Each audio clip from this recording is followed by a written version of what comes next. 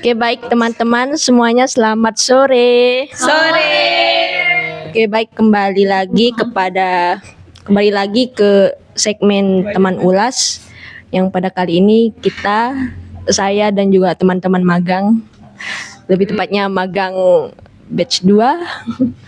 Kami di sini akan membahas atau mengulas salah satu buku paling bestseller di Indonesia, katakanlah. Buku itu berjudul Cantik Itu Luka. Wow. Tepuk tangan dulu, tepuk tangan. Yeay. Nonton sabar. Oke, jadi sebelum teman-teman ya kita masuk. Ya, bukunya. Banyak dengar. Pantesan luka itu. Ternyata cantik. Bukan kamu kan yang lukain. Sengaja ada lukanya. Iya. Banyak banget. Jadi kayak Oke, lanjut. Ternyata banyak plot twist ya. Iya, banyak banget. Teman ulas kali ini. Enggak bukunya, enggak ininya, enggak orangnya. Oke, sebelum kita masuk nih kepada bukunya atau kita mengulas bagian bukunya itu, kita mau ceritakan dulu lah bagaimana awal mulanya kita itu menemukan buku ini dan membaca buku ini. Mulai dari saya aja ya dulu. Boleh, silakan. Dari saya. Imam kita. Iya.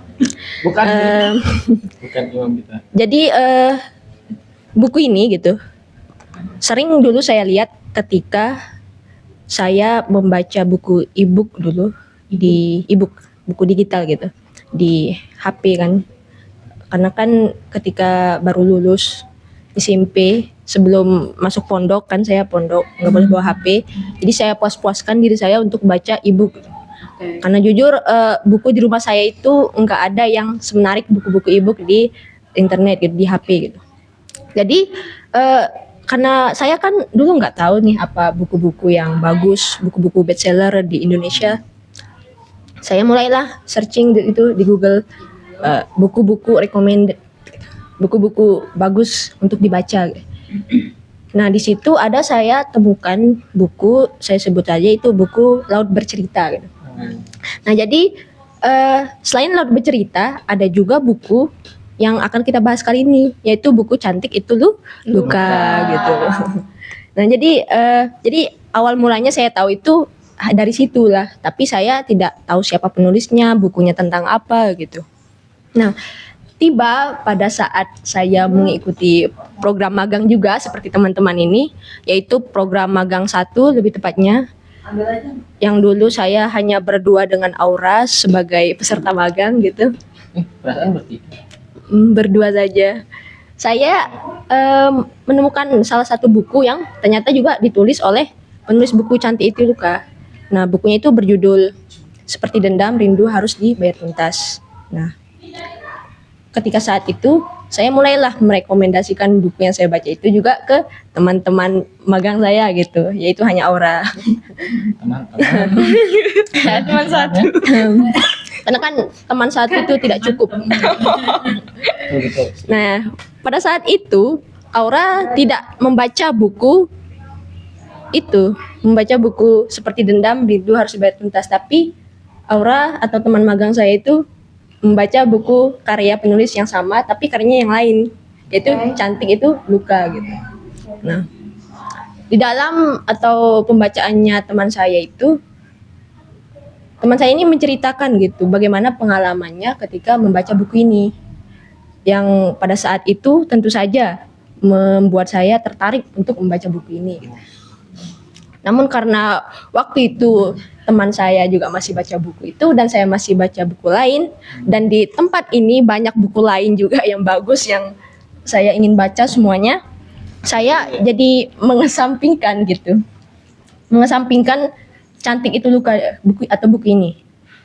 Jadi saya mulai membacanya itu sekitar 3 mingguan yang lalu ketika kita kan membuat program teman ulas ini gitu. Jadi kan karena kita sudah briefing dan rapat paripurna juga kemarin, akhirnya kita memutuskan untuk mengulas buku Cantik Itu Luka, dan mulailah saya membaca buku ini gitu. Untuk pengalaman saya baca buku ini, karena buku fisiknya saya tidak punya, jadi saya baca dari handphone saja, jadi e-book. Nah, kalau mungkin keparahan bagaimana pertemuannya dengan Oke. buku ini gitu awalnya. Temuan saya dengan buku Cantik Itu Luka ini sebenarnya mirip-mirip kayak Andin. Kan saya tuh suka lewat dia di timeline saya tentang orang-orang yang merekomendasikan buku dan novel. Dan saya udah tahu buku Cantik Itu Luka ini karena dia sangat sering banget direkomendasikan sama influencer. Cuman saya tidak tahu penulisnya Eka Kurniawan, dan saya tidak tahu siapa Eka Kurniawan itu sebelumnya. Dan pas saat itu saya kan baru selesai semester, baru selesai pokoknya semesternya.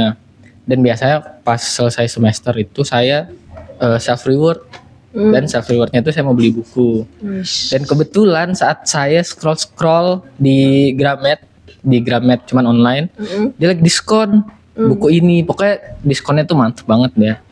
Mantap Gramet. Dari harga Itu dia berapa itu? Pokoknya dari harga 120 kayaknya sampai pokoknya dia ke 75. Wih, 125 malah. Iya, makanya kan mantap Gramet. lumayan.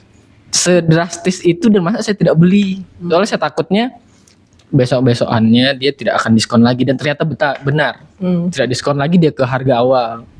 Berarti hanya orang terpilih dan beruntung. Berarti kamu beruntung kan?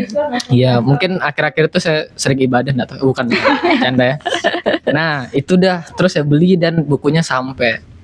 Terus awal-awalnya saya kan masih langsung udah baca kan. Dan ternyata pas di bab-bab awal lucu dan bikin saya ngakak buku ini. Dan saya tidak tahu Eka Kurniawan ini siapa sebelumnya, dan setelah saya baca sampai pertengahan agak sakit ya buku ini. Dan setelah itu saya magang, terus di sini banyak bukunya Eka, ternyata emang dia ya seperti itu si Eka ini. Itu sih kalau pertemuan saya dengan buku Cantik Itu Luka.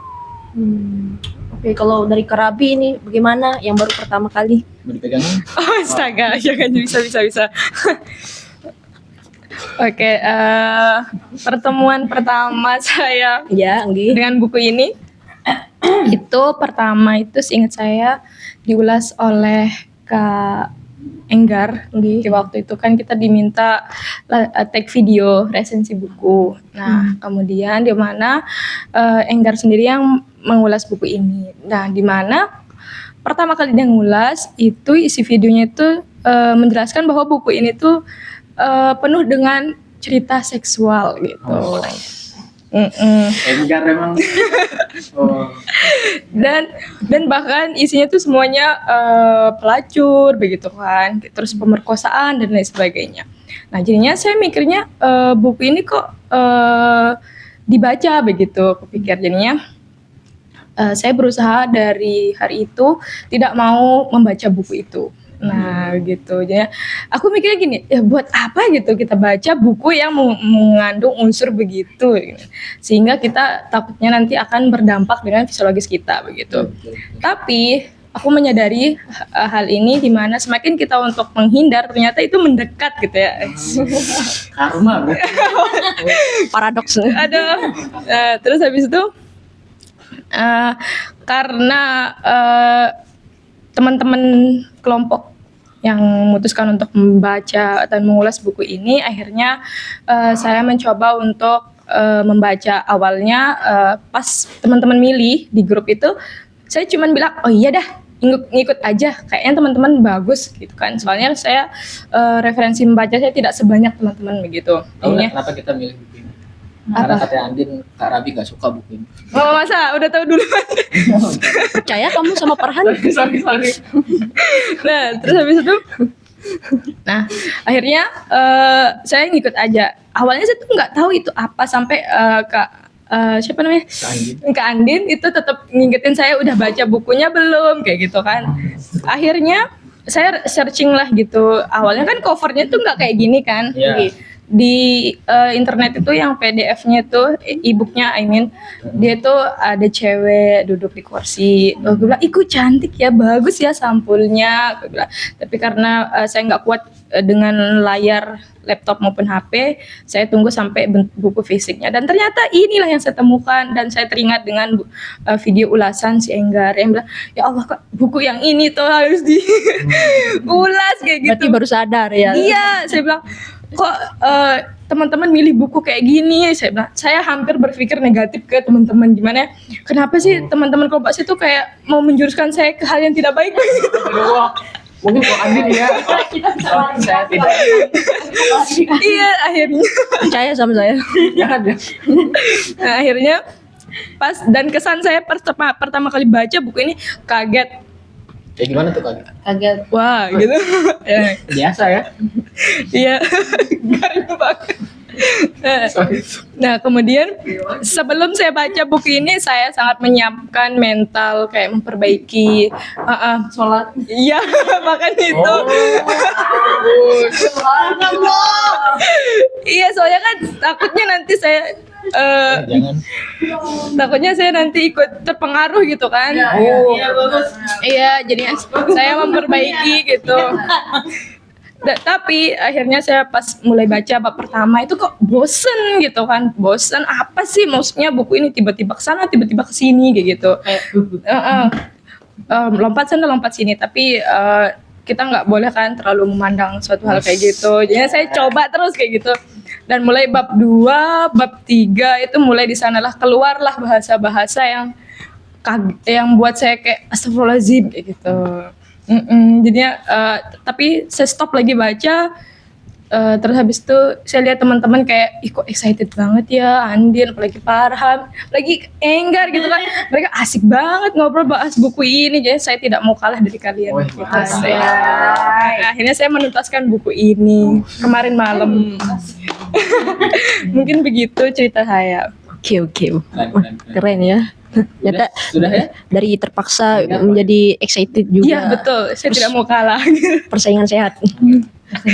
Iya ya. Ayo kalau Enggar ini bagaimana? Selanjutnya. Kalau saya itu awalnya itu dari teman saya. Jadi teman saya tuh suka ngoleksi novel gitu. Jadi karena saya sering ke rumahnya dia, otomatis saya kayak nanya-nanya gitu, ini novel apa gitu. Terus akhirnya saya salvok sama buku Cantik Itu Luka. Ini buku tentang apa, tak tanyain gitu. Ih, nggak jelas deh isinya, Nggar, dia bilang kayak gitu. Tapi posisinya saya belum tahu penulisnya. Jadi dia bilang kayak ini kayak ceritain tentang pelacur dah, Nggar, gitu. Akhirnya saya sama dia tuh pergi ke Pusda, perpustakaan daerah di samping ini. Nah, kita tuh kayak nyari-nyari buku, nyari-nyari novel gitu. Akhirnya ketemu sama Eka Kurniawan gitu, karena direkomendasiin sama dia. Enggak. Temanku. Oh, saya kira. Aku sampai Akhirnya ketemu akhirnya temanku tuh kayak rekomendasiin buku Eka Kurniawan yang lain selain Cantik Berarti Itu bukunya Luka. bukan Eka. Iya. Kalau kayak gitu mau saya datang kemarin. Tiap hari ya. Pentingnya klarifikasi. Nah, terus buku yang pertama aku baca itu Lelaki Harimau. Terus Manusia harimau. tuh, itu sinetron. Sorry. Kita udah bahas ya di belakang ya, Farhan. Ketahuan dong tadi. Terus lanjut. Terus lanjut setelah itu karena aku merasa Lelaki Harimau itu sangat bisa dibilang bagus, aku lanjut tuh baca, tapi belum baca buku Cantik Itu Luka, posisinya belum aku mau baca karena ada beberapa alasan awalnya aku nggak mau baca. Jadi aku kayak cari lagi buku Eka Kurniawan yang lain, seperti Dendam, Rindu Harus Dituntas, seperti apa ya itu, Rindu Harus Dituntaskan. Terus iya, dibayar tuntas. Terus akhirnya terus setelah itu aku kayak ngerasa Eka Kurniawan terus apa ya, kayaknya Bicara bahasanya emang sangat-sangat frontal ya. Terus akhirnya aku melihat bukunya lumayan menarik karena aku suka sama buku-buku yang agak gila sedikit. Jadi akhirnya Enggar aku banget, berarti. mencoba membaca Cantik Itu Luka gitu. Di sana berarti. Iya, Mirip-mirip ya Enggar Eka gitu. jauh-jauh. Jauh-jauh. Agak maksa ya. Oke, jadi pengalamannya ada yang berbeda-beda ya. Ada yang kayak terpaksa seperti Karabi, Iya. ada yang tulus menyukai karena sebelumnya pernah juga membaca Eka gitu.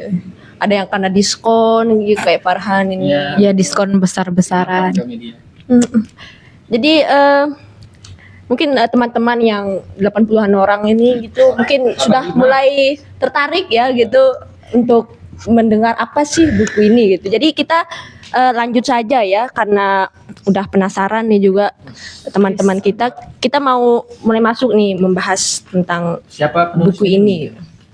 Jadi Cantik Itu Luka ini kan sebuah novel yang ditulis oleh penulis Indonesia gitu. Iya. Ini Eka Kurniawan gitu. Jadi mungkin bolehlah Kak Farhan dulu, Kak Farhan untuk membahas penulis dari sebuah buku yang bestseller di Gramet ini. Gitu. Penulis yang udah diketemuin sama Enggar di Gramet. Iya di Pusda, oh, ya. Oke.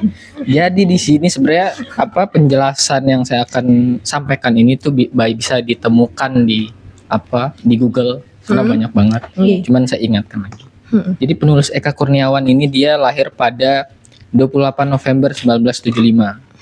Tua ya. Ya, saya juga November jadi emang orang-orang November tuh keren. Ya. November Keren. Rain. Iya. Jadi sekarang umurnya 49 tahun. Lagi bentar dia 50. Enggak. Beda. Lagi bentar 50. Kamu 50. Bukan. Siap Ekanya. 65 ya. Oh Ekanya. Dan dia itu ternyata lulusan Fakultas Filsafat UGM dia. Oh, UGM ya. itu Universitas Gomong Mataram. UGM yang mana tuh nih klarifikasi? UGM di Jogja. Adin. Oh, Gajah Jangan Mada, memancing-mancing, ya. Gajah Mada seperti oh. Nah, dan dia tuh Asli nggak ijazahnya? astaga. Asli sih. Emang ada ijazah UGM nggak asli? Apa? Berarti tadi UGM Jogja gitu. Ya, Oke, UGM oh. Jogja. Lanjut kayak Kurniawan nih. Oke, Adin.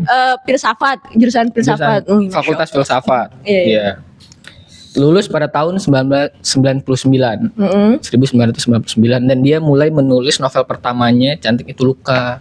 Di mana ya dan di mana pas sudah dirilis Cantik Itu Luka ini langsung dia banyak banget yang suka dan dia itu Booming gitu ya. booming banget dia. Dan dia itu langsung memenangkan beberapa penghargaan anjing. Dan Enggar dan Karabi. Dia tuh kayak terpilih sebagai Global Thinkers 2015 oleh jurnal Foreign Policy. Dan dia itu sudah diterjemahkan lebih dari 30 bahasa. Wow. Bahasa Sasak, bahasa Bima. Oh enggak. Belum. Mungkin bahasa Jepang kan ada Iya. juga kan. Dan Eka ini dia tuh merupakan penulis Indonesia pertama yang dinominasikan sebagai Man Booker International. Dia keren banget jadinya. Dan buku-bukunya itu ada Cantik Itu Luka, Lelaki Harimau, kayak tadi yang dibilang Enggar seperti Dendam Rindu Harus Dibayar Tuntas, dan yang sangat menarik di buku seperti Dendam Rindu Harus Dibayar Tuntas ini dia sudah difilmkan. Ya, bisa ditonton, tapi jangan nonton yang bajakan. Ya, terus juga ada kayak tentang seekor monyet yang ingin menikah dengan Kaisar Dangdut 2016. Kemudian yang baru banget ini 2024 kemarin dia menerbitkan sebuah buku Anjing Mengeong, Kucing Menggonggong. Gitu dia. Banyak. Dan sebenarnya udah banyak banget juga dia kumpulan cerpennya. Ya, di sini ada dia beberapa kumpulan cerpennya, cuman dia tertutup Oh, dengan baca dibaca buku Oh, iya. biar tidak nah itu tertutup dia. Itu sih kalau dari penjelasan siapa Eka Kurniawan ini, dia ternyata baru menulis dan novel Cantik Itu Luka ini merupakan novel dan buku pertamanya dia yang diterbitkan 2002. Kan dia baru lulus 99. Berarti 3 tahun setelahnya langsung buat buku dia. dan langsung Langsung booming. booming banget. Emang sakti sih yang namanya Eka Keren. Kurniawan. Emang yang kelahiran November. Oke, saya izin Menambahkan. nanggapi aja dikit karena kan saya juga sedikit-sedikit searching gitu kan tentang fakta-fakta Eka Kurniawan. Kan tadi Mas Farhan gitu bilang, Mas Farhan bilang kalau Eka Kurniawan ini banyak mendapatkan penghargaan gitu. Ya. Nah ternyata pada tahun baru-baru ini ke belakang maksudnya 2019 Eka itu pernah menolak sebuah penghargaan gitu. Jadi Eka itu menolak sebuah anugerah kebudayaan dan maestro seni tradisi yang dimana dari Kemendikbud saat itu. Nah Apa tuh Andi? jadi di artikel ya di CNN banyak kan yang bahas juga tentang ini kan karena saking terkenalnya kan Eka Kurniawan gitu. Di wawancara itu ditanya kenapa menolak gitu atas anugerah ini kan dari Kemendikbud. Nah itu jawaban Eka itu kayak Eka itu menilai gitu kalau negara itu belum terlalu peduli atau bahkan tidak terlalu peduli pada kebudayaan di Indonesia gitu. Nah juga Kata Andin nih. enggak menurut Eka-nya dia. Nah menurut Eka itu juga negara itu belum bisa gitu membuktikan bahwa negara ini itu bisa melindungi seniman dan pekerja-pekerja seni lainnya gitu. Jadinya makanya ditolak lah sama Eka Kurniawan gitu. Nah juga tadi tentang penulisan novelnya Eka Kurniawan, memang benar novel yang pertama kali ditulis itu adalah Cantik Itu Luka. Tapi yang pertama kali terbit itu yang dibaca Enggar, Lelaki Harimau. Karena naskah Cantik Itu Luka itu teman-teman pernah ditolak sama penerbit 4 kali gitu. Jadi bisa ambil pelajaran ya. Walaupun ditolak berapa kali, tetaplah berjuang. Siapa tahu kan nanti booming dan dapat penghargaan. Walaupun di luar negeri kan gitu juga. Nah untuk tambahan lagi ya karena saya juga searching baru mumpung saya ingat ternyata Eka ini gaya kepenulisan atau cara bertuturnya atau kisah-kisah yang dia tulis di novel-novelnya itu atau karya-karyanya itu beliau itu terinspirasi dari Pramudia Anantatur yang seperti yang kita tahu maestro Indonesia ya siapa yang nggak tahu gitu kan kita udah diajarin dari sekolah gitu Pramudia gitu. Masa kita diajarin di sekolah? Iya. Ada juga beliau itu terinspirasi dari penulis luar gitu yaitu Gabriel Garcia Marquez yang mungkin terkenal tapi mungkin asing juga ya di tingkat teman-teman tapi yang satu ini pasti agak terkenal gitu Fyodor Dostoevsky gitu. Saya cerita dikit tentang ini ya Gabriel Garcia Marquez. Saya pernah baca suatu novelnya tipis gitu yang judulnya itu Para Pelacurku Yang Sendu gitu dan emang ada gaya mirip-mirip penulisannya gitu jadi satirnya komedinya ada gitu jadinya apa ya karena pantas terinspirasi ternyata mirip-mirip gitu terinspirasi dari si Gabriel Garcia Marquez ini gitu. Jadi kalau teman-teman di sini mungkin ada yang penggemar Eka banget gitu silahkan membaca Gabriel juga siapa tahu menemukan kemiripan kan gitu terinspirasi dan menerbitkan buku misal Cantik Itu Lupa atau Cantik Itu Lauk gitu.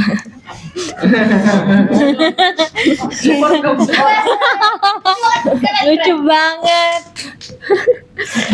Iya. Oke, jadi kita kan udah tahu nih Eka gitu. Sekarang kita mulai nih bahas-bahas merasuk ke dalam bukunya. Cantik Itu Luka. Merasuk. Ini ceritanya tentang apa sih gitu? Cantik Itu Luka nih, Kak Farhan. Saya lagi nih. Misida duluan. Bisa dilihat ini covernya seperti ini. Oke. Cuman kalian yang belum baca jangan tertipu sama covernya ini. Covernya manis ya? Iya, manis. Pink. Dan kalau kalian mau mulai membaca, lihat belakangnya ada tanda 20 plus. Walaupun sangat kecil ini 20 plusnya. Kayak niat nggak niat. Iya. Saya juga awalnya tertipu dan tidak membaca ini tau. Dan saya lihat dia ada 20 plus. Tapi ternyata dia 20 plus gitu. Dan udah 221 saya. Walaupun kelihatan 17 tapi Asik. sorry. Nah itu mungkin saya bakal menceritakan garis besar dari buku ini tanpa spoiler. Kalau saya spoiler tahan saya Andin. Iya, Dan Karabi siap. dan Enggar. Nggak boleh spoiler Tahan, ya. tahan, ya. Di sini Teman-teman harus baca di buku Cantik Itu Luka ini kemarin kita setuju kalau premisnya itu adalah menjadi cantik itu ternyata menderita.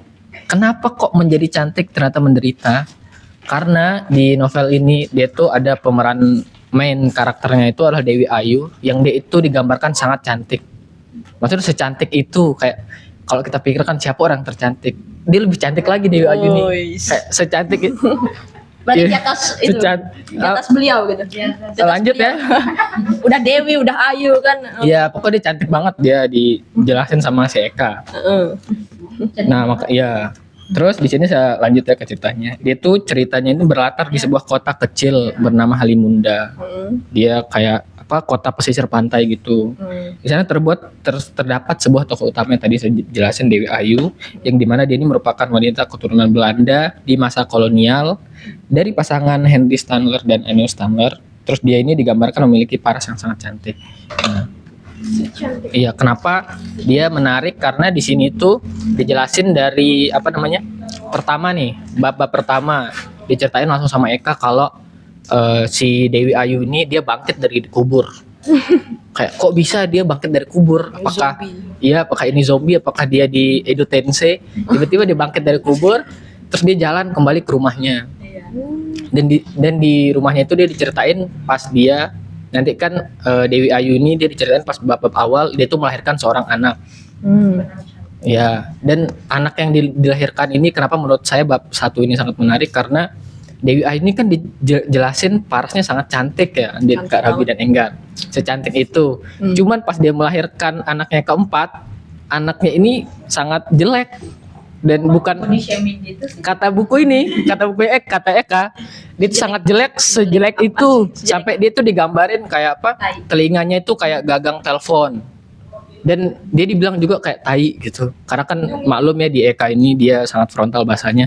Banyak tai. Kenapa? Iya dia dibilang kan karena emang lubang kemaluan dan lubangnya keluar tai itu dia cuman jaraknya beberapa senti.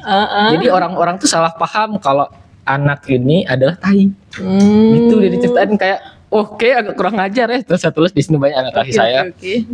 Itu pas bab-bab awalnya kok bisa dari orang tua yang sangat cantik, anaknya kayak sangat kebalikan gitu. Kayak Beauty and the Beast. Cuman emang Dewi Ayu ini kan dia pelacur ya. Jadi kita nggak tahu nih siapa bapaknya. Nah, dari sana. Cuman tentang si cantik ini cuman di bab awal. Nah, dari bab selanjutnya itu dia diceritain kalau kehidupannya Dewi Ayu dari awal banget dari dia masih kecil yang lumayan agak sakit ya karena di sini tuh Dewi Ayu ini dia merupakan anak dari pasangan incest. Ya. Ya. Dan yang ini merupakan kayak agak berbeda gitu ya karena kan yang kita tahu selama ini dari biologi gitu kalau orang pasangan incest dia mempunyai anaknya itu kan bakal cacat. Ya. Cuman hasil diskusi kemarin kita menganggap cacatnya Dewi Ayu ini adalah bentuk kecantikannya dia. Karena dia secantik itu mungkin itu kayak udah jadi cacat gitu. Pernah lihat? Karena dia secantik itu digambarkan sama Eka. Nah, terus dimulailah dari dia masih kecil nih, dari dia lahir dari pasangan incest, terus dia Dewi Ayu ini pas umur 16 tahun dia itu memaksa dinikahkan sama orang gila. Ya, yang siapa nama tokohnya itu Enggar? Ya, Madedik. Itu kok bisa orangnya kan dia ini dari keturunan Hindia Belanda ya. Dia orang yang kaya yang pas saat itu sangat bermartabat mau dinikahin sama orang gila. Dan dia lagi yang minta. Dan dia yang minta dan dia yang maksa orang gila ini Mak Gendik ini dia menolak kan. Enggak mau dia menikah sama bocil walaupun dia secantik itu. Ya kan sama Eka. Karena dia punya cinta sejati juga. Iya. Gini. Dan akhirnya menikahlah mereka akibat paksaan dari orang suruhannya Dewi Ayu ini. Menikah mereka. Cuman pas malam pertama Mak Gendik ini menolak dia untuk ya dan dia bahkan tidak mau menyentuh si Dewi Ayu. Sampai dia kabur Mak Gendik ini kan. Dia kabur. Terus dia melompat kan. Dia meninggoy. Itu dah orang gila yang menolak Dewi Ayu yang digambarkan sama Eka ini kayak semua orang itu yang melihat Dewi Ayu ini mau pokoknya tidur sama dia karena dia secantik itu digambarkan. Tapi Magedik Ya, beda. terus cerita berlanjut sampai kan di sini dari masa kolonial ya. Terus pas Indonesia diinvasi sama Jepang, kan dia nih si Dewi Ayu ini kan keturunan Belanda. Jadi orang-orang Jepang ini kayak dia tidak suka sama semua keturunan Belanda. Dia masuklah ke camp-camp penahanan si Dewi Ayu. Karena sebenarnya dia tuh keluarganya itu mau kabur ke Belanda. Cuman Dewi Ayu ini dia menolak dan menetap di Indonesia sendiri karena dia Dia nih orang Iya. Orang sini dan dia emang kayak tidak mau meninggalkan tidak mau meninggalkan kayak karyawannya, kayak pembantunya dan lain-lain. Iya, dan itu kayak makanya lumayan keren sebenarnya, dan dia kayak santai aja gitu ke camp penahanan. Dan di camp penahanan itu diceritakan sangat tragis, yang padahal Dewi Ayu ini kan awalnya dia kaya raya dan hidupnya enak. Sampai di sana dia makan aja susah gitu. Sampai diceritain mereka ini saking nggak dikasih makannya, dia ada lintah ini dia dikasih ke sapi, darahnya sapi diisap sama lintah, terus lintah ini yang mereka rebus dan mereka makan darahnya lintah. Saking susahnya makan pas itu ya. Sampai dia kan nangkep buaya juga pas itu kan. Dia nangkep buaya. Itu dari cewek tangguh. Iya. Fik. Bayangkan Makan dia buaya. nangkep buaya terus dia ambil gitu dagingnya, dan mereka sangat senang kayak party di sana karena kan akhirnya mau makan daging, bukan cuma darah lintah. Dewi Ayu sangat digambarkan. Ya dari sana. Sekali ya. Dan ya dan kan karena di buku ini ya, untuk yang belum baca, dia tuh menurut saya kayak 70% bersetubuh. Nah, dan kalian mungkin penasaran kapan Dewi Ayu ini pertama bersetubuh, dan alasannya lumayan absurd sih. Kan dia jadi di camp itu dia tuh punya teman Dewi Ayu nih. Terus teman ini ibunya lagi sakit, dan untuk mendapatkan obat atau untuk ibunya ini dirawat, dia itu harus menghubungi kayak kapten Jepang gitu. Terus pas Dewi Ayu datang ke kapten Jepang itu menolak untuk memberikan obat Kalau nggak ada bersetubuh. kalau si Dewi Ayu ini tidak bersetubuh sama kapten itu. Dan Dewi Ayu ini juga udah ngasih tahu ke temannya kalau itu syaratnya, dan temannya itu menolak untuk bersetubuh sama kapten. Dan pada saat Dewi Ayu itu ditawarin, dia dengan tenangnya menerima. Padahal itu temannya bukan ibunya dia. Dan bersetubuhlah dia dengan kapten itu.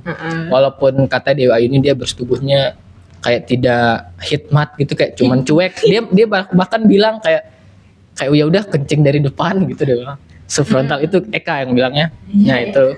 Kencing dari depan. Akhirnya dia bersetubuh dengan kapten, dan akhirnya si ibu dari temannya ini diperiksa. Dan plot twistnya pas belum diperiksa dia meninggal. Kayak jadi untuk apa dia bersetubuh itu? Dan itu kan persetubuhan pertamanya Dewi Ayu kan? Iya. Karena pas sebenarnya dibilang Sebenarnya kalau dibilang Dewi Ayu itu masih perawan atau enggak saat dia persetubuhan pertama itu sudah enggak. Kenapa bisa dibilang tidak?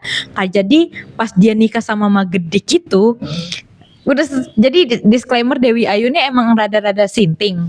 Jadi dia itu kayak masturbasi gitu depan Magedik, di depan mukanya langsung gitu sampai berdarah. Itu sampai ya sampai berdarah gitu, sampai perawannya itu sampai rusak gitu. Jadi pas ketika dia bersetubuh dengan kapten Jepang itu, posisinya dia memang sudah tidak perawan gitu. Bahkan dia bilang ke orang-orang kalau dia itu sudah janda gitu.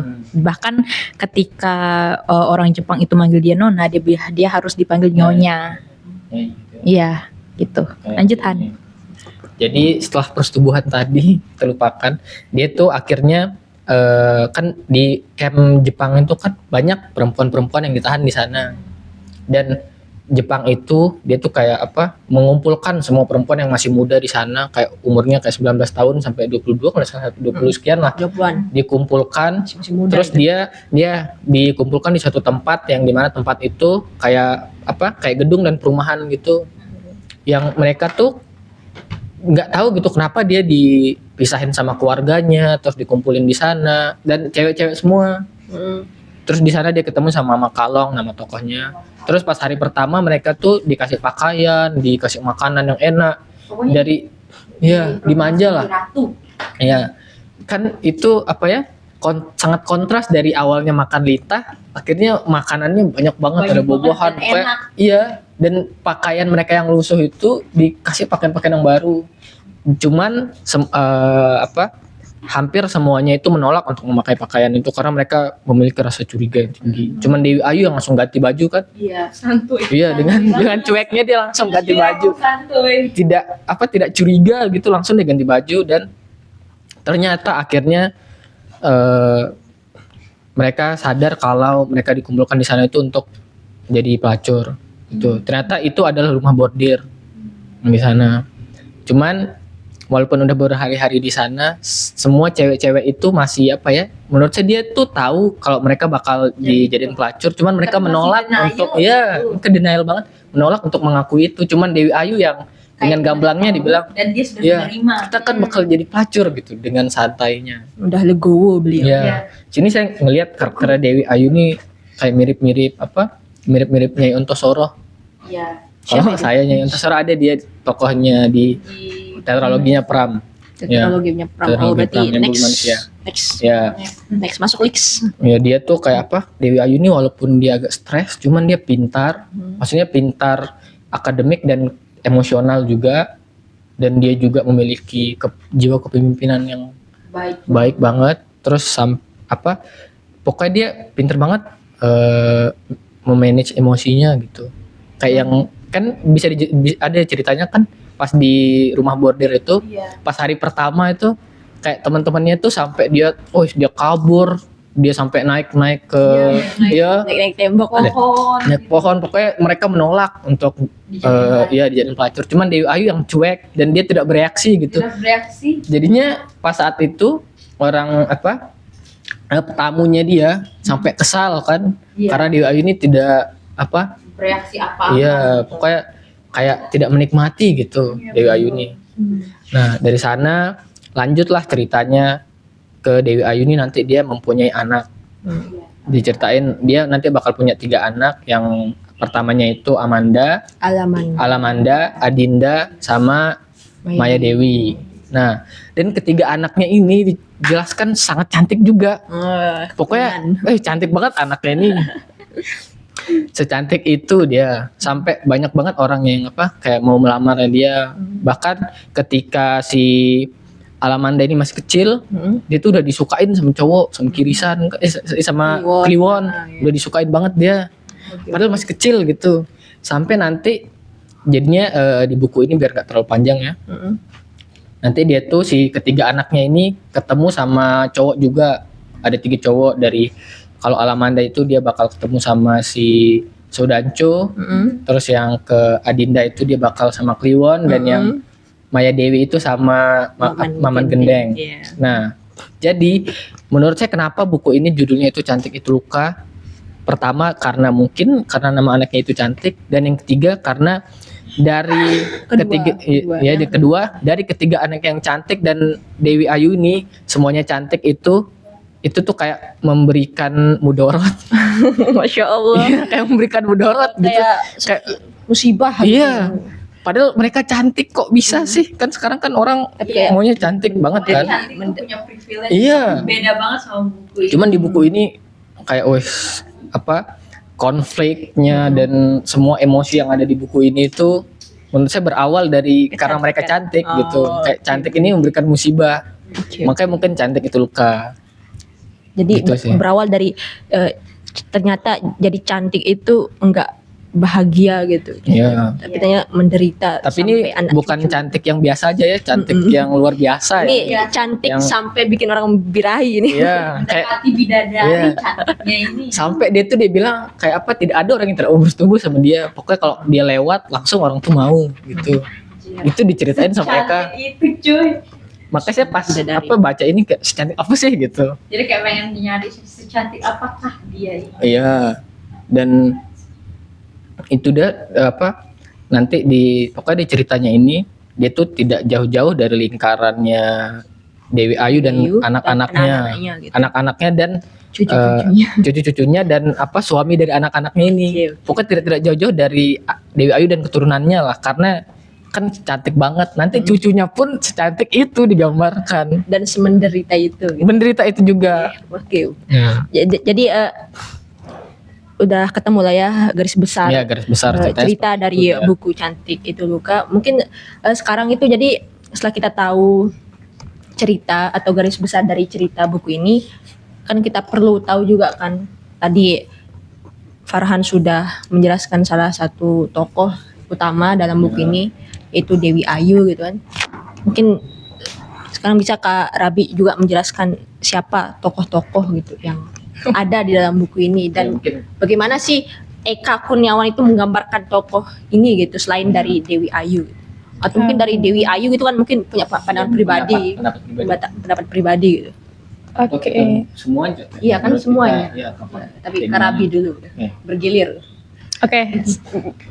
Sekarang kita kepoin dengan tokoh yang berperan di buku ini.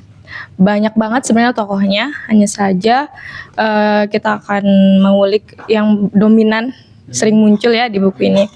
Pertama itu adalah Dewi Ayu sendiri, seseorang wanita yang cantik katanya. Sampai birahi. Yang sampai birahi. Nah, di sini Dewi Ayu ini menurut saya tokoh wanita yang sangat menurut saya itu keren. Kenapa keren? Ya kenapa kita bilang keren? Karena walaupun dia dijudge sebagai orang pelacur, dia paling terhormat loh. Maksudnya tuh dikagumi oleh penduduk-penduduk sana gitu. Dia pelacur tapi kayak disegani, bahkan dimimpi-mimpikan untuk disetubuhi begitu.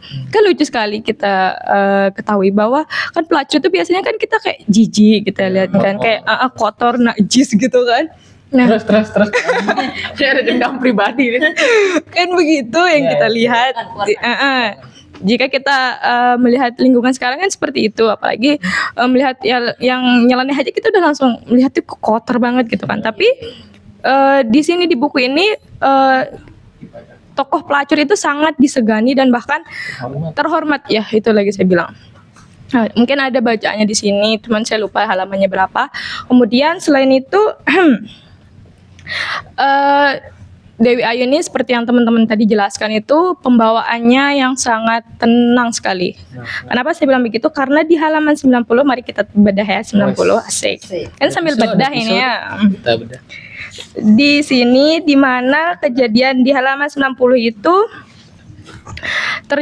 terjadi kan malam pertama dia di rumah Mama Kalong dan mendapat pelayanan pertama. Melayani. Iya, melayani, bukan pelayanan ya, melayani tentara-tentara itu, di mana di sini dijelaskan hanya Dewi Ayu yang tak mengeluarkan kegaduhan apapun itu, bilang. Iya, padahal dia memperoleh seorang perwira Jepang tinggi besar, cenderung gempal, serupa pegulat sumo, dengan pedang samurai di pinggangnya, dia bilang. Tapi Dewi Ayu berbaring di atas tempat tidur, menatap langit-langit, tak menoleh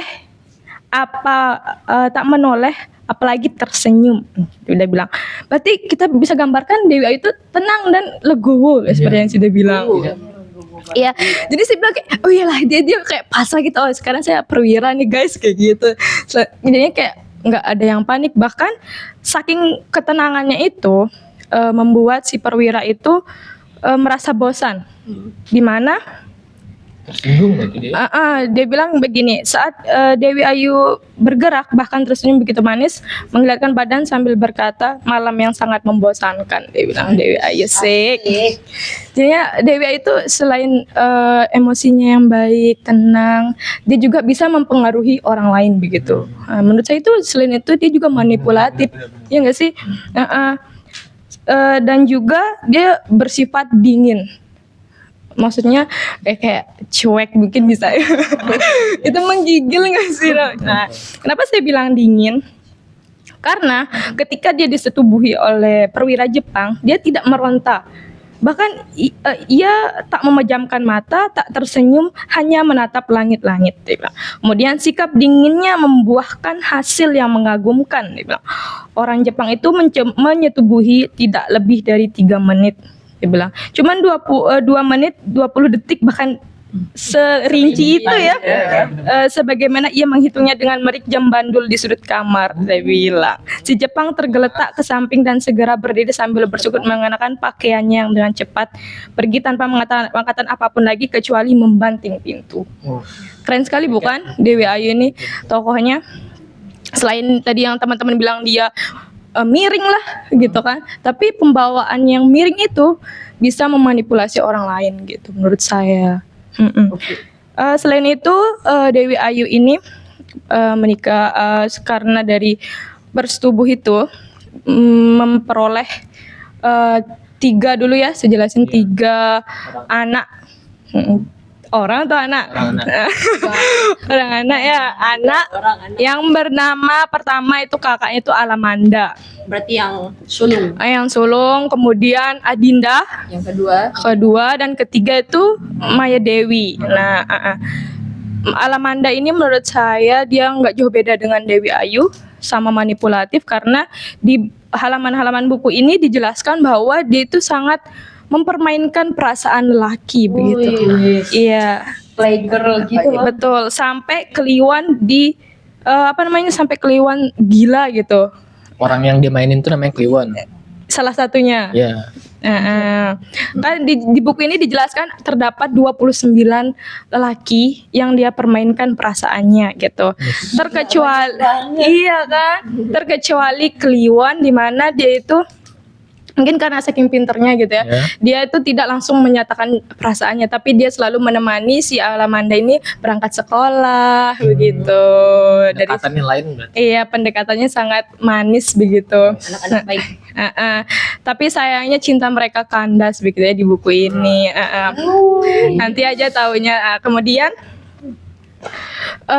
selain itu ada namanya adiknya Adinda.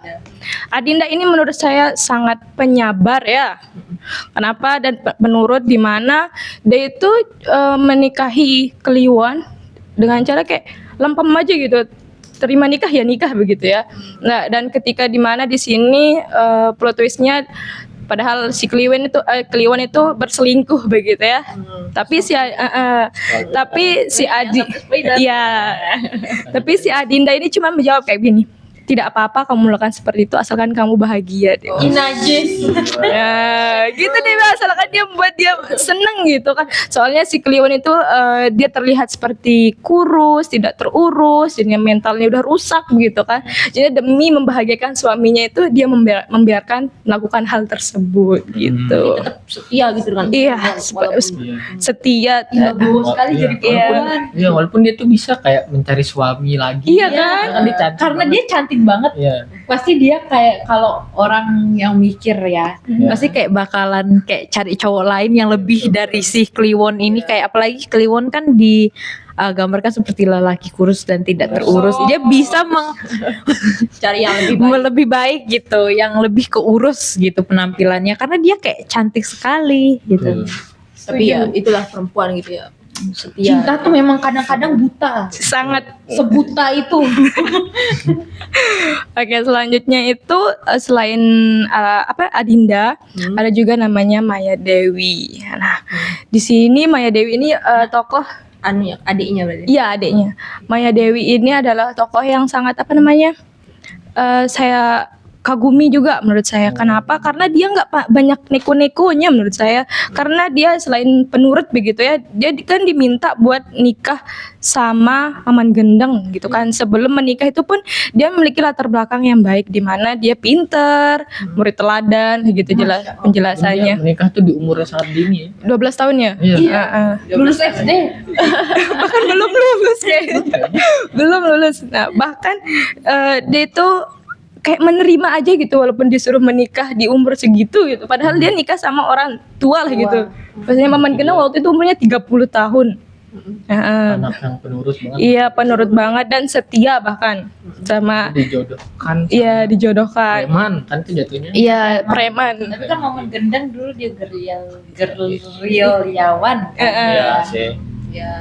Tapi setelah perang selesai dia jadi Dia Saudanci yang ngeri. Saudanci yang itu. Oh iya. Dia yang kayak preman dan yang by one sama idiot. Ida. Berarti Adinda sama Maya Dewi ini mirip-mirip lah. Iya. Enggak senakal atau enggak se-Alamanda gitu. Iya, nggak salah Karena Amanda. Alamanda tadi dijelasin dia mainin 29 cowok. Oke. Iya. Aku karena karakternya Alamanda tuh maksudnya proteksi diri sebagai perempuan gitu loh. Ngerti nggak sih, kayak dia tahu nih dia cantik, jadi kayak dia nggak mau gitu jatuh di tangan yang salah gitu. Karena kan ibunya pelacur. Benar. Iya kan? Iya betul. Iya gitu. Nah takutnya mungkin dia jatuh di tangan yang salah atau gimana gitu. Makanya dia apa ya? Kayak itu udah mempermainkan saja para lelaki. Dia self love. Iya, Dia yang paling Bahasa. beda pokoknya dari yang lain. Padahal adik-adiknya kayak adik baik, anak baik, Iya. cantik, diem-diem. Dia emang agak sedikit rebel gitu. Oke, berarti kan di ceritanya itu ketiga anaknya ini diceritakan gitu punya suami masing-masing gitu. Iya, betul, punya suami. Tidak seperti ibunya yang nggak tahu siapa. Nggak tahu. kecuali itu ya, kecuali gendeng gitu ya. Iya. Karena kan ketiga anaknya itu bukan hasil dari Maman Gendeng gitu. Iya, Bukan. bukan. Nah, terus Mungkin kita ya. untuk Alamanda kan suaminya itu Sodanco, betul. Mungkin dari Siapa Enggar? Siapa itu Sodanco? Sodanco kan Farhan mungkin. Saya. Sodanco itu kayak Oke. gimana gitu menurut. Jadi Sodanco itu kan dia dijelasin kalau mantan gerilyawan. Pokoknya dia dulu gerilyawan, kayak dia melawan tentara Jepang ya dan Belanda ya. Pokoknya dia gerilyawan yang sangat nasionalis gitu. Mungkin pada saat itu worth it nasionalis. Ya, nggak tahu sekarang. Oke, lanjut. Kayak tulisan di belakang. Dan dia itu kayak apa? Dihormati dia pada sama masyarakat pas di sana, dan masyarakat Halimunda juga menghormati. Dan pada saat Sodanco ini ke Halimunda, pokoknya ke kota, kan dulu dia gerilyawan di hutan gitu. Di hutan dan di gunung. Pada saat dia ke kota, dia dihormati itu. Dan di sana pas dia ke kota itu, dia itu jatuh cinta lah pada seseorang. Di sini diceritain dia jatuh cinta sama Alamanda, anaknya Dewi Ayu. Padahal Alamanda itu masih muda di sana kan, Iya. masih remaja. Dan Sodanco ini sudah tua pada saat itu. Cuman dia jatuh cinta dan langsung dia bilang ke Alamanda itu kalau dia tertarik. Cuman dia langsung ditolak mentah-mentah. Berarti Sodanco ini dulunya Gerilyawan. gerilyawan yang maksudnya nasionalis, Ya. tegas gitu. Setelah jatuh cinta itu kayak gimana ya? Iya. Biasanya kan cowok-cowok Betul. kayak gimana itu? Itu dia jatuh cinta seperti seperti orang bodoh, dan dia kayak kehilangan wibawanya. Walaupun dia terhormat dan memiliki power, ternyata pas jatuh cinta dan dia ditolak sama anak dari pelacur, kayak lumayan memalukan sih. Cuman Alamanda ini kan cantik. Kok kamu gitu sih Han? Enggak, mungkin yang dia merasa di buku itu kan. Kayak dia ini sudah memiliki power, terus dia ditolak sama cewek yang muda pada saat itu. Nah, dari situ dia karakter Sodanco ini kayak dia tegas, terus dia sebenarnya memiliki jiwa pemimpin yang bagus juga, karena kan banyak pasukan yang dia pimpin di sana. Bahkan anjing pun sepatu Iya. dengan dia gitu kan. Dan dia pas ke kota tuh dia membawa Ajak ya, kok dijelasin sama si Eka Kurniawan kan, Ajak.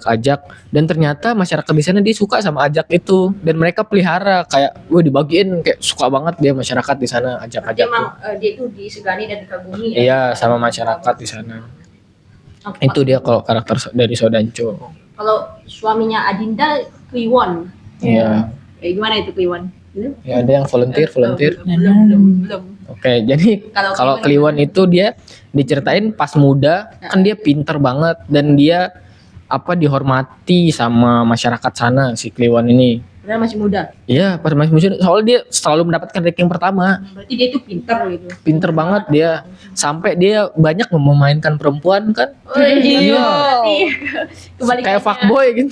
Kebalikannya. Fuckboy dia. Alamanda ya. Iya. Alamanda cowok. Kliwon ini banyak mempermainkan perempuan sampai dia ketemu sama si Alamanda, langsung dia tobat.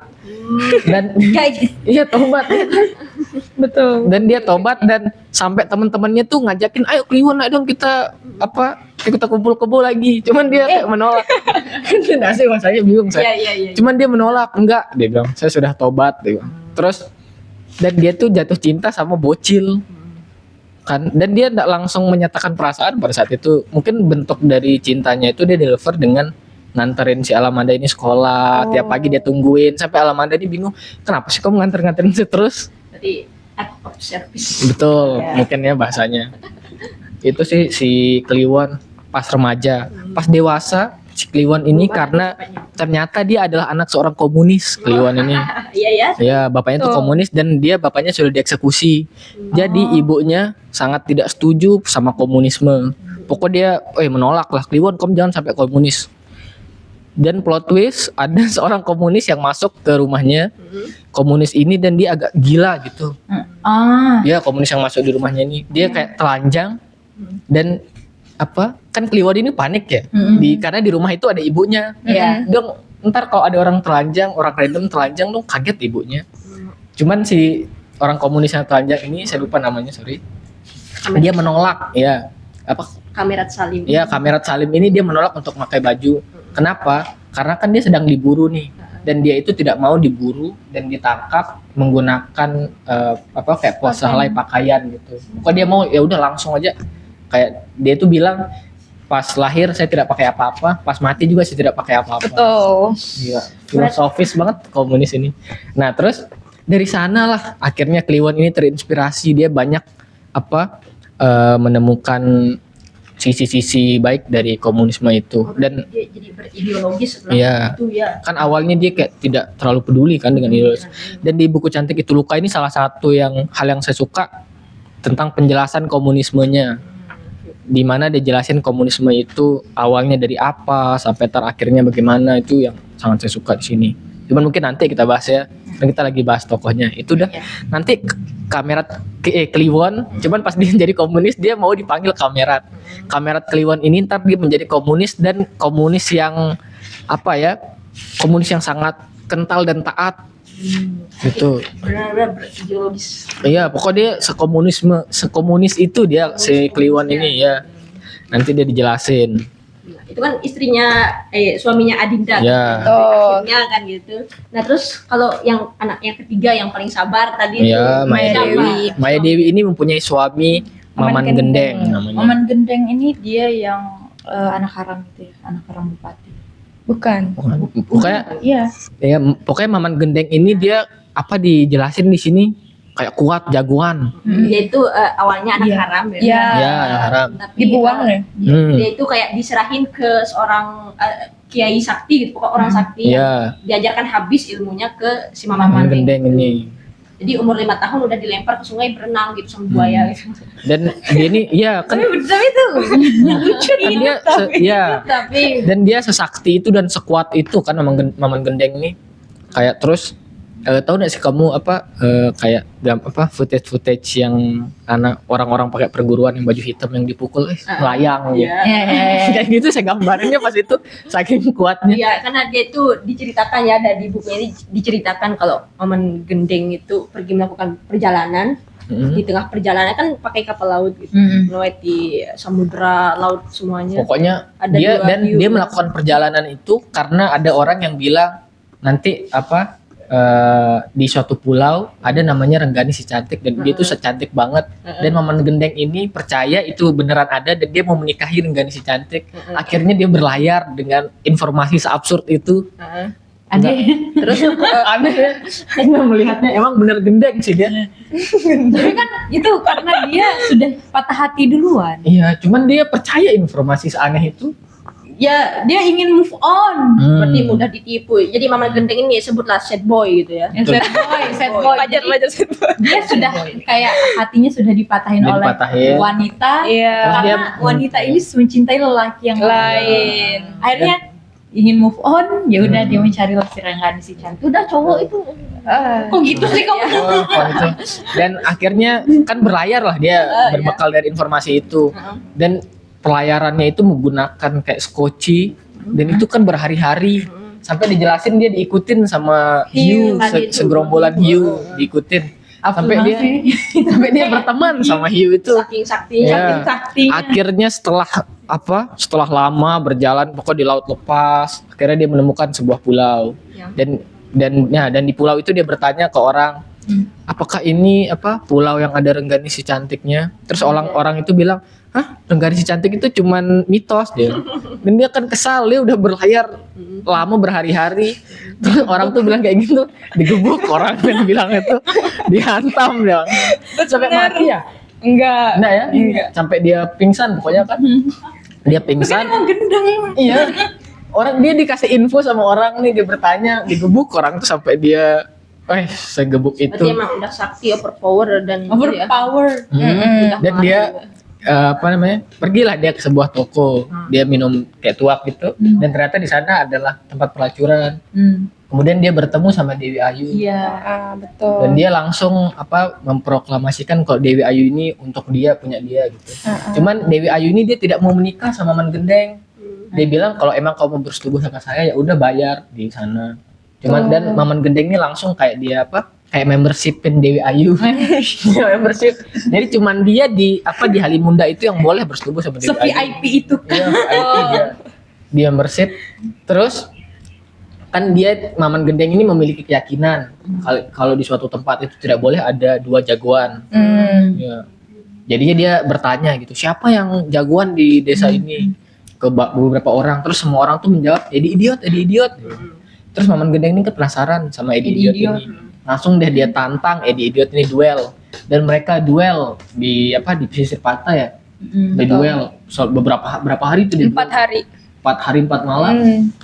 Tanpa istirahat mereka berduel selama 4 hari, dan keluarlah pemenangnya Maman Gendeng, dan Edi Idiot itu meninggal. Terus dilempar Edi Idiot ini ke laut dan dimakan sama hiu-hiu pasukan Maman Gendeng itu.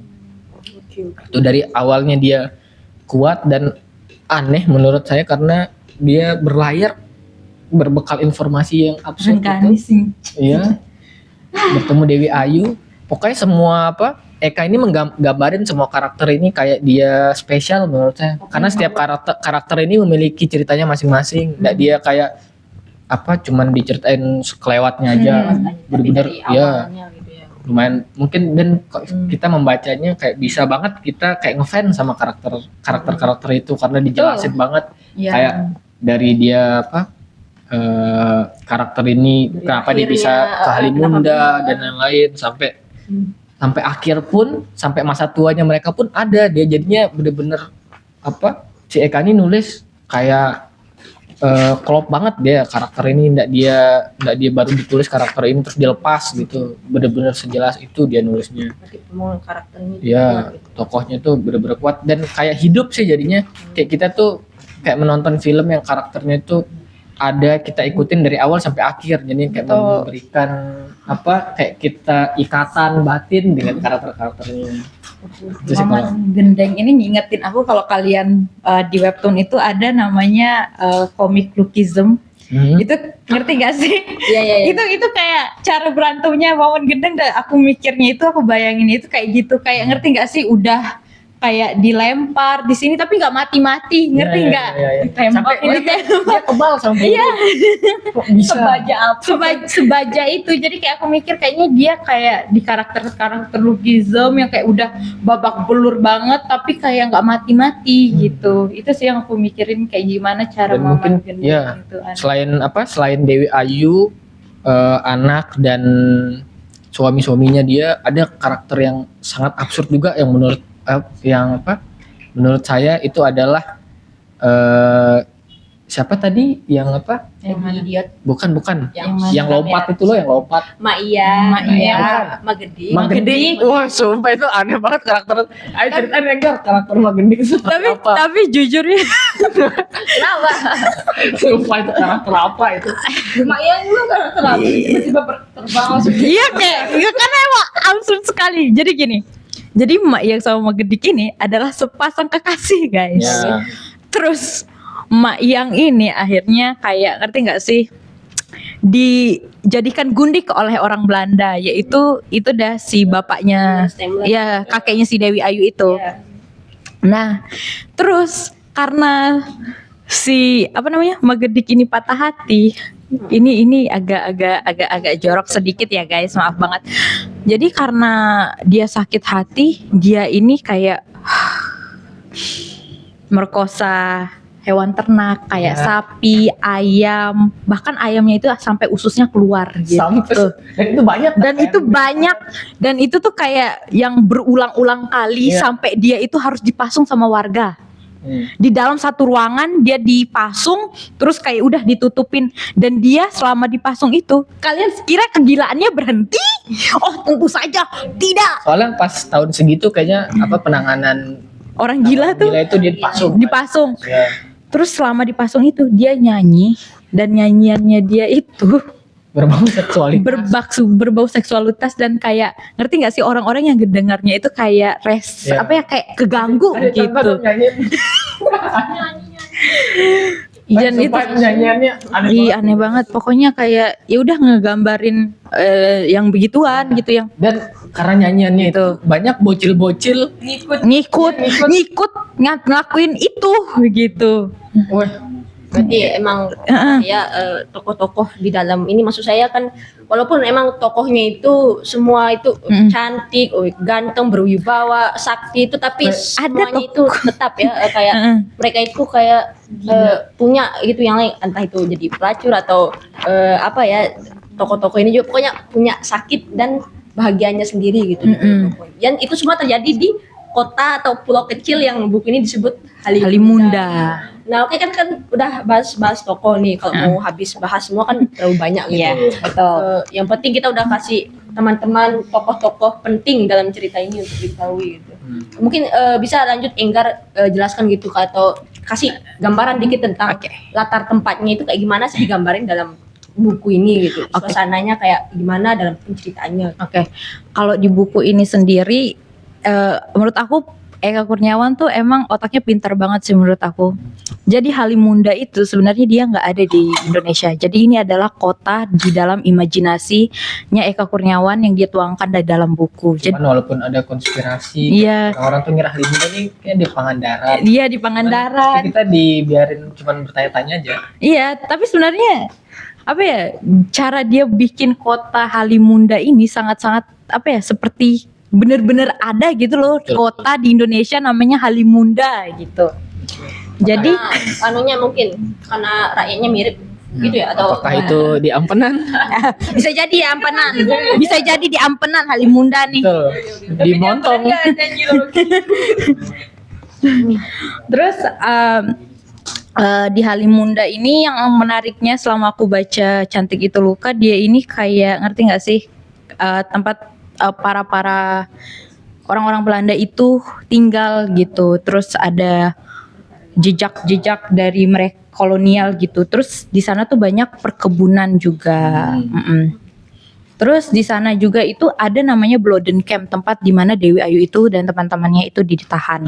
Jadi sebenarnya Bloden Camp ini bukan penjara, tapi dia ini adalah perkebunan atau landuis yang akhirnya ketika kedudukannya Jepang, akhirnya dijadikanlah tempat untuk penahanan. berarti punya Belanda itu dulu. Iya, tapi karena kedudukan Jepang kan nggak suka sama orang Belanda, akhirnya mereka gantilah Bloden Camp ini menjadi tahanan seperti itu. Terus karena emang di Cantik Itu Luka,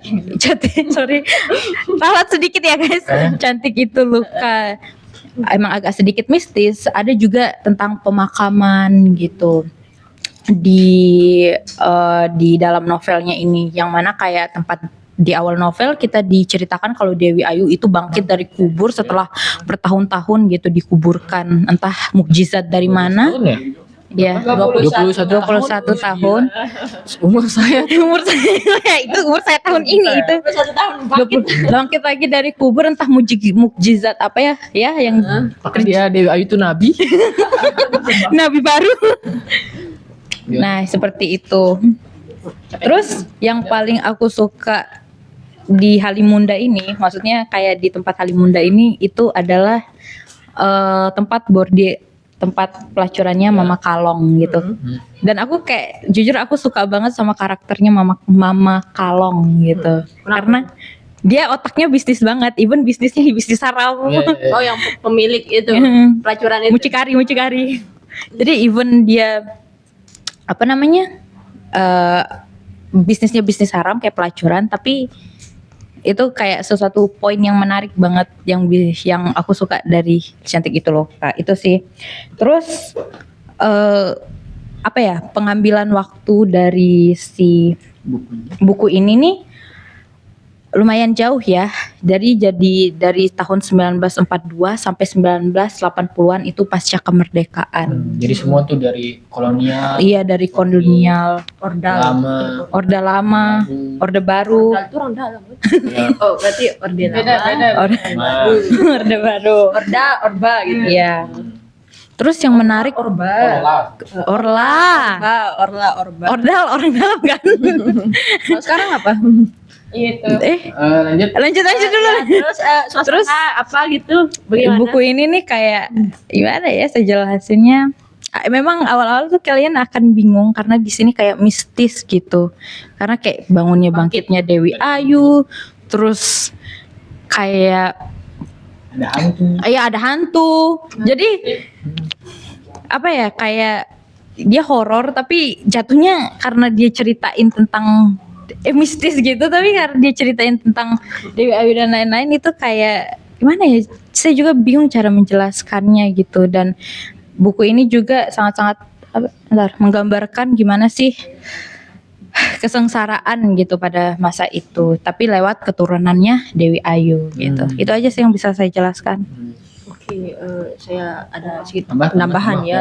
Oke. Kan tadi Enggar, Farhan dan udah bahas tokoh-tokohnya juga kan. Saya di sini sedikit untuk memberitahu pada teman-teman ya. Ada 80 orang. Kasih spoiler gitu kalau di buku ini tuh alur yang digunakan itu adalah maju mundur cantik gitu. Harus ada cantik. Hari ini ya.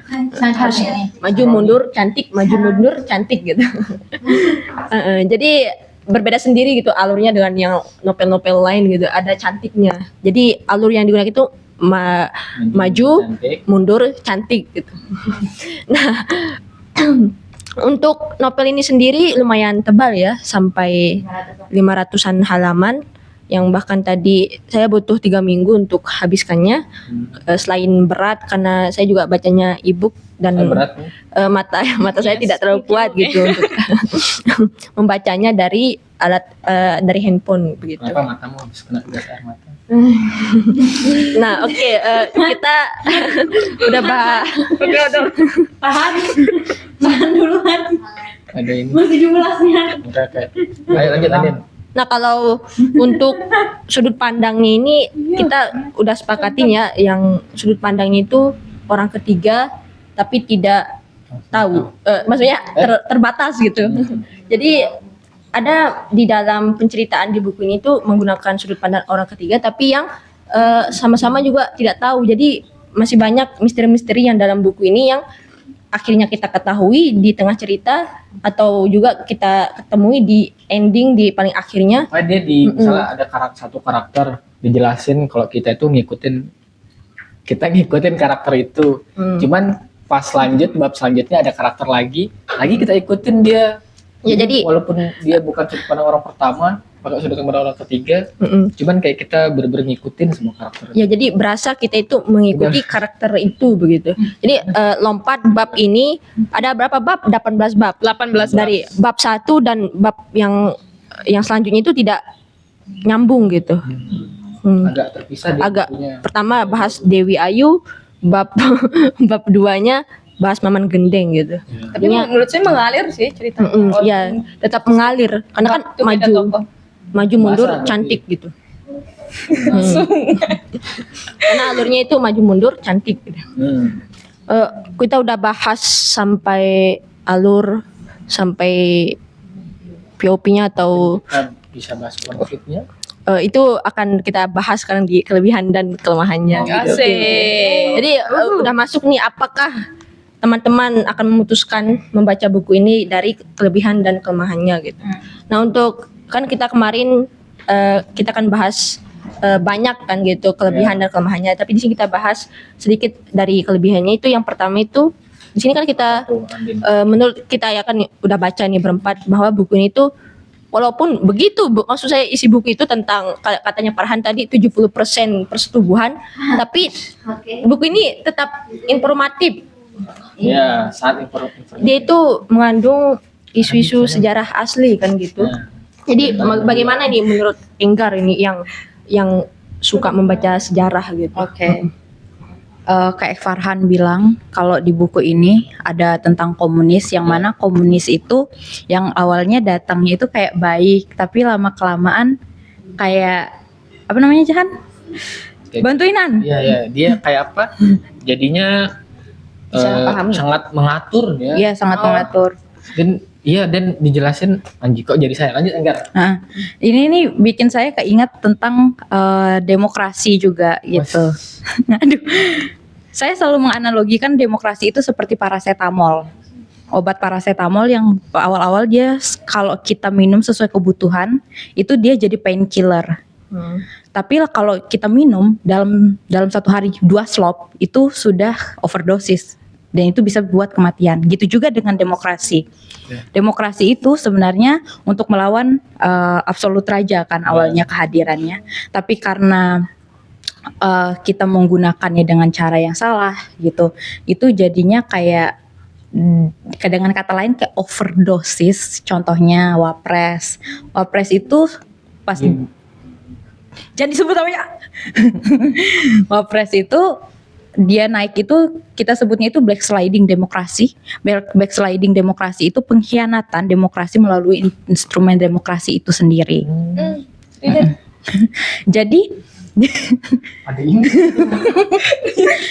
jadi demokrasi ini kok jadi dia kayak naiknya itu iya memang dia legal karena dia dinaikkan sama konstitusi, tapi memang moralnya yang tidak gitu.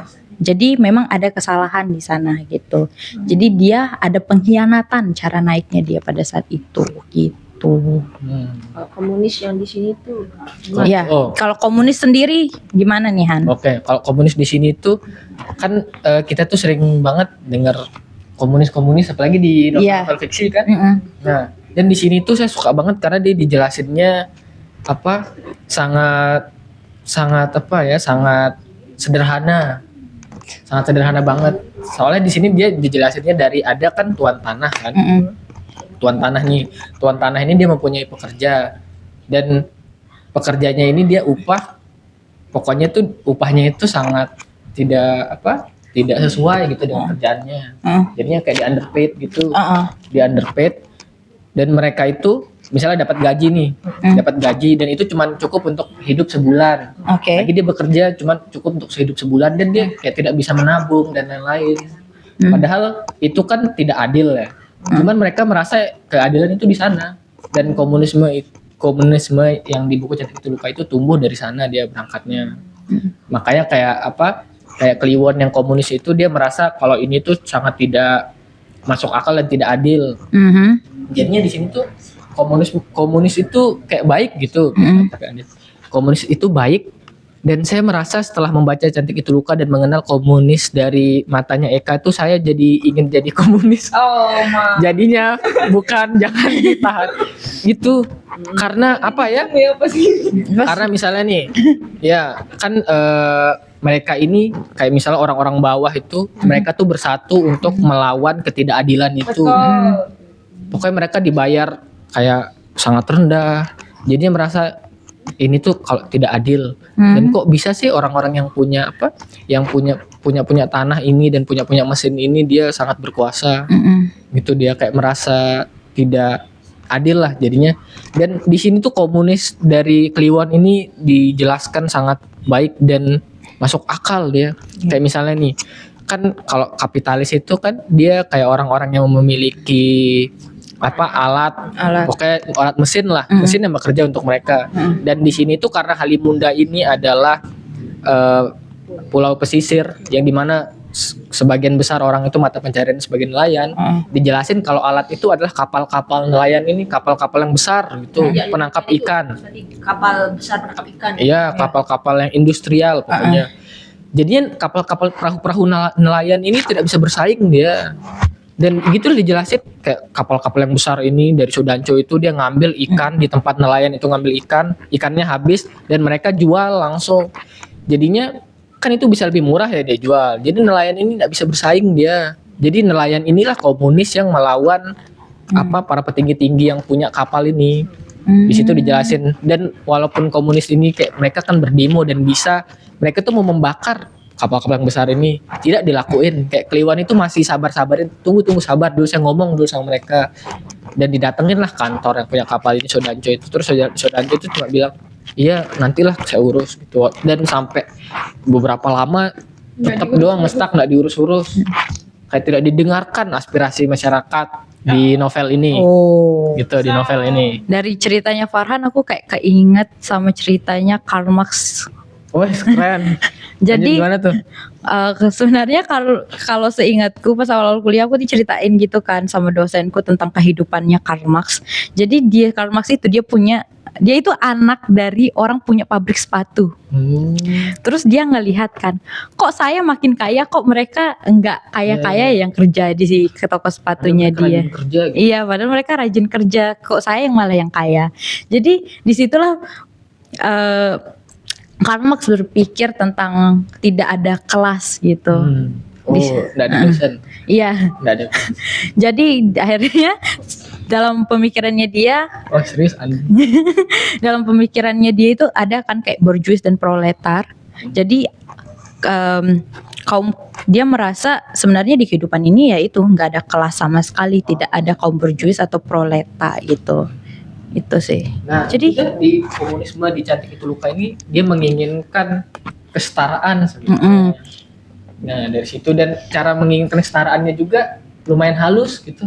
Kayak Kliwon ini kan mereka kayak anak buahnya itu kayak udah bukan anak buahnya sih, kayak teman-temannya itu yang ikutin partainya dia ini udah ngamuk dan mau membakar kapal itu. DPR? Cuman tetap dia sabarin, bukan bakar DPR dia. Cuman tetap dia sabar dulu, nanti ada waktunya. Sampai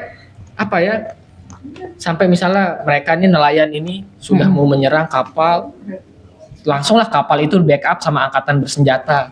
Kok sangat relate gitu.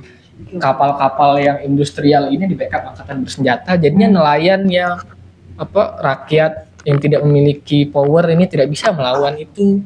Sampailah dia tunggu kayak beberapa 6 bulan kalau nggak salah, sampai tidak ada angkatan bersenjata itu, pokoknya orang-orang yang bersenjata langsunglah dia bakar kapal-kapal itu. Dan setelah dibakar kapal ini, dia tuh masih teriakin orang yang di kapal itu kalau terjun biar mereka nggak menggoy. Dan dia tuh kayak nggak dia diem aja. iya. Dia langsung terjun semuanya, dan banyak yang selamat gitu. Berarti nggak ada korban Iya, gitu. iya, nggak ada korban. Komunisnya di sini. Kayak di Sampai Kok beda ya setelah ya. Nah, karena dia belum sampai gitu. cuman kan berbeda dia komunisnya di sini. Oke. Sampai karena mereka itu sangat populer, dan tadi kan historisnya itu lumayan relate sama, walaupun dia fiksi dan fiksinya itu sefiksi itu mistis, tetap relate deh sama Indonesia dari masa kolonial, Orde Lama, Orde Baru. Kan di Orde Lama itu pas pemerintahan presiden pertama, Partai Komunis Indonesia itu sangat tinggi dia. Pokoknya besar banget, berkuasa banget. Iya, kan. PKI termasuk Dan partai Kliwon ini terbesar. kayak kayak kepala kader gitu. Apa sih bahasanya? Kader partai yang Kader partai. yang memegang suatu daerah, dan itu disebut Halimunda yang dia pegang. Nah pas di sana karena dia saking besar dan berkuasa, orang-orang misalnya nih yang mendengarkan lagu barat dilarang, dia pokoknya vinil dan kayak piringan hitam itu dilarang pada saat itu. Celana jeans. Iya, celana jeans, sampai orang yang pakai baju band, Oh iya. orang baju band Beatles itu dilarang deh di sana. Tidak Anjir. boleh, pokoknya sampai larangannya itu sampai bisa di penjara mereka. Berarti nggak boleh masuk itu yang Iya, barang-barang. jadi strict banget komunisnya. Dari yang awal mereka bersama-sama Iya sih. menolak penindasan, sampai yang pada saat mereka sudah diangkat, Iya. jadinya mereka keras juga. Gitu sih. Berarti Yang menurut- awalnya saya pengen jadi komunis, tidak mau lagi. Iya. Berarti menurut Farhan itu yang paling seru dari ceritanya itu yang tentang komunisnya, karena berhubungan juga ya dengan sejarah. Betul. Jadi Dan emang- nanti dia ini kayak sejalan sama sejarah kita yang dimana orang-orang komunis itu dibantai. Cuman kan pada di buku sejarah kita tidak dituliskan kan komunis itu dibantai. Cuman di sini tuh sampai lebih dari 1.000 orang. Kayak awalnya mereka nih kan dibunuh kan. Mereka nih perang gitu, dibunuh orang-orang komunis ini, dan masih dikuburin tuh awalnya tuh. Sampai dia nanti banyak banget, saking banyaknya korban kayak ribuan itu, mereka cuman digali satu lubang yang besar terus ditumpuk-tumpuk aja mereka. Jadi nggak dia tahu ini siapa, jasadnya di mana. Sampai ada kayak diceritain, saya tuh nulis di sini kayak tanda tanya Petrus karena ada orang-orang yang tatoan dan yang kayak preman gitu dia Mati. ditembak dan mereka ya udah mati tergeletak di pinggir jalan dan tidak dikuburkan Layak. karena masyarakat mengira ya mereka pantas mendapatkan itu. Padahal kan belum tentu. Padahal belum tentu Ya, loh. dan di sini dijelasin kayak ada kayak aparat gitu yang menembak dia, apakah itu benar kan kita tidak tahu, makanya baca. Oke, jadi banyak sekali ya, maksudnya tentang komunis gitu di buku ini sampai Farhan ingin jadi komunis gitu. Jadi Han, kita anggaplah begitu, tapi kan mengurungkan niat gitu. Iya, Karena kan betul. di dalam buku ini selain banyak kelebihannya yang informatif dan seru alur ceritanya karena relate gitu dengan sejarah di Indonesia. Nah sekarang untuk kelemahannya atau kekurangannya gitu. Kita kan butuh gitu yang mungkin Farhan udah suka komunis dalam buku ini, kita butuh ini dari yang baru pertama kali baca gitu. Apa sih kekurangan gitu dari Batu Karabi. buku ini? Oke, kekurangan dari buku ini yang menurut saya itu mungkin ini ciri khas dari penulis lagi ya, tapi bagi saya yang baru membaca itu penggunaan bahasa yang terlalu vulgar itu sangat tidak nyaman bagi saya. Dimana di buku ini juga selain dari konflik komunis begitu ya, di sini juga membahas mengenai eksploitasi dan seksualitas pada perempuan. Dijelasin banget, bener-bener jelas dimana cewek itu sebagai objek seksual gitu, dimanfaatkan banget gitu, dan dipandang cewek itu sebagai pemuas gitu. Jadinya tidak ada kesetaraan antara lelaki dan wanita begitu. Terus kemudian selain itu penggunaan bahasanya mulai dari bab pertama sampai bab akhir itu semuanya itu menggunakan bahasa yang frontal. Contohnya di buku ini tuh banyak yang di endingnya. Nah, aku langsung ending aja nih. Nggak sih akunya. Spoiler ya. Dia bilang kayak gini di endingnya. Ia terus menyetubuhi perempuan itu, tanda petik mengentotnya.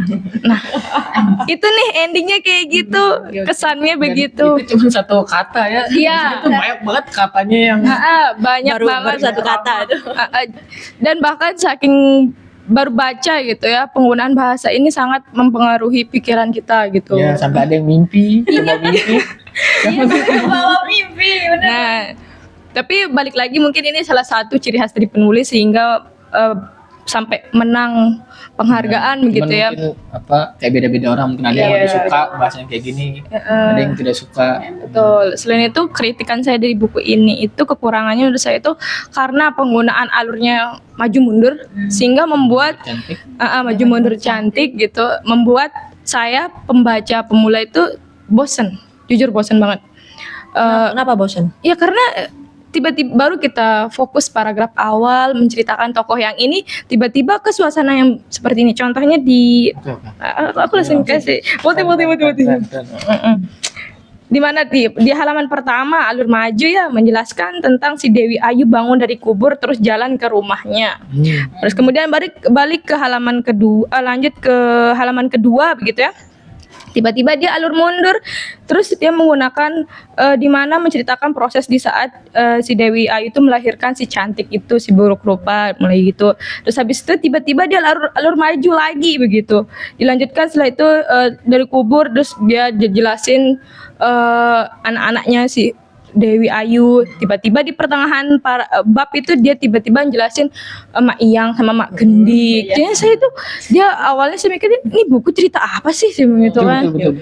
Jadi tidak fokus dengan satu tokoh saja. Tidak fokus dengan satu tokoh, saking banyaknya membuat kita bingung dan harus menguras otak banget buat ngingat sebelumnya kalimat ini maksudnya apa biar nyambung ke kalimat selanjutnya, menurut saya begitu. Berarti karena tokohnya yang juga banyak itu berarti membuat kita itu bingung ya, ini fokusnya ke siapa gitu. Iya, betul sekali.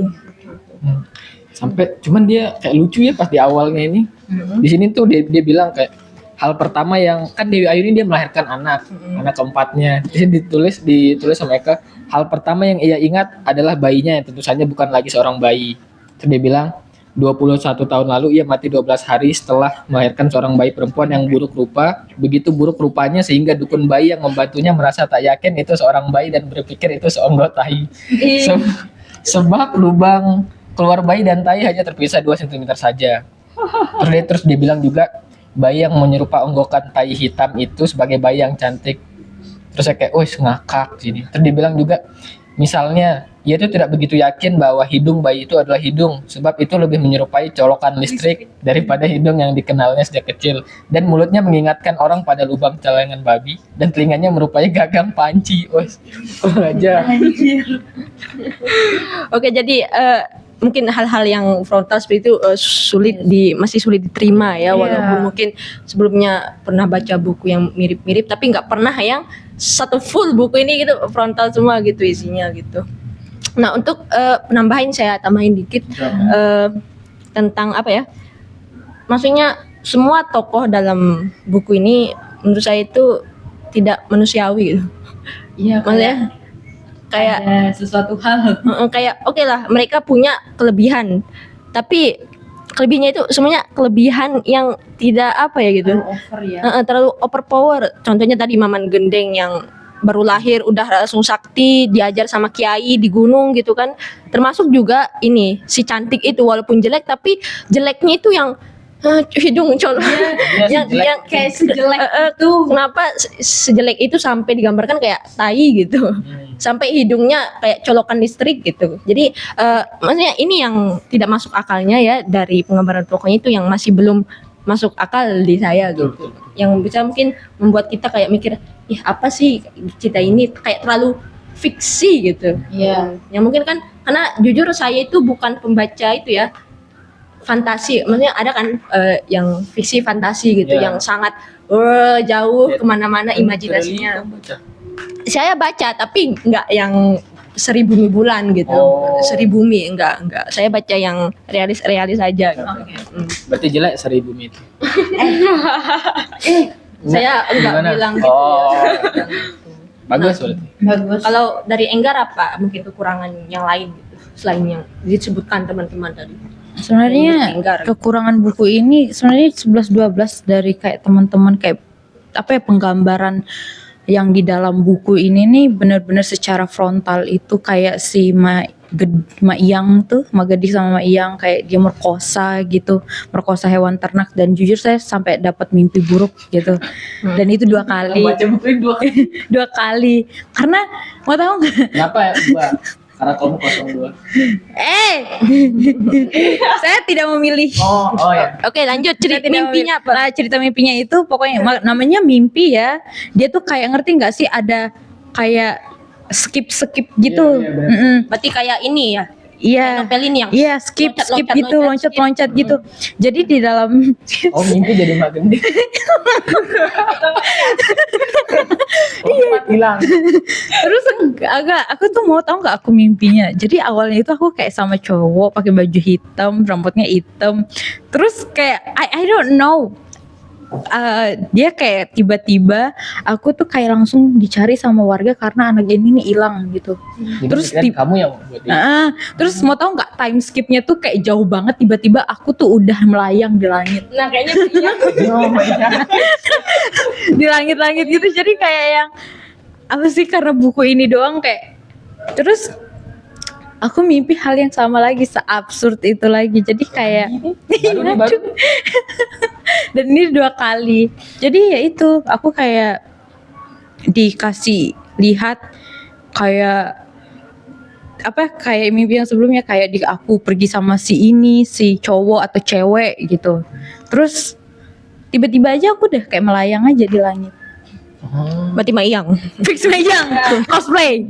Oke, jadi kebanyakan kekurangannya itu dari gaya bahasanya dan Iya. penggambaran tokohnya Dan ya. aku juga kayak Emang tidak manusiawi gitu. pernah kayak dengar apa, kayak baca atau baca gitu. Jadi katanya buku Cantik Itu Luka tentang kritikannya itu lebih kayak merendahkan seorang perempuan gitu. Kenapa tuh?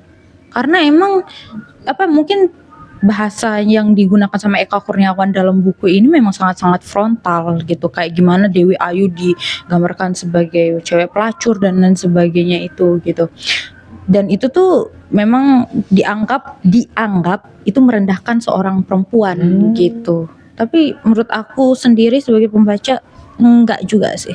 Ya betul. Malah saya mengira dia lumayan seksis ini si Eka.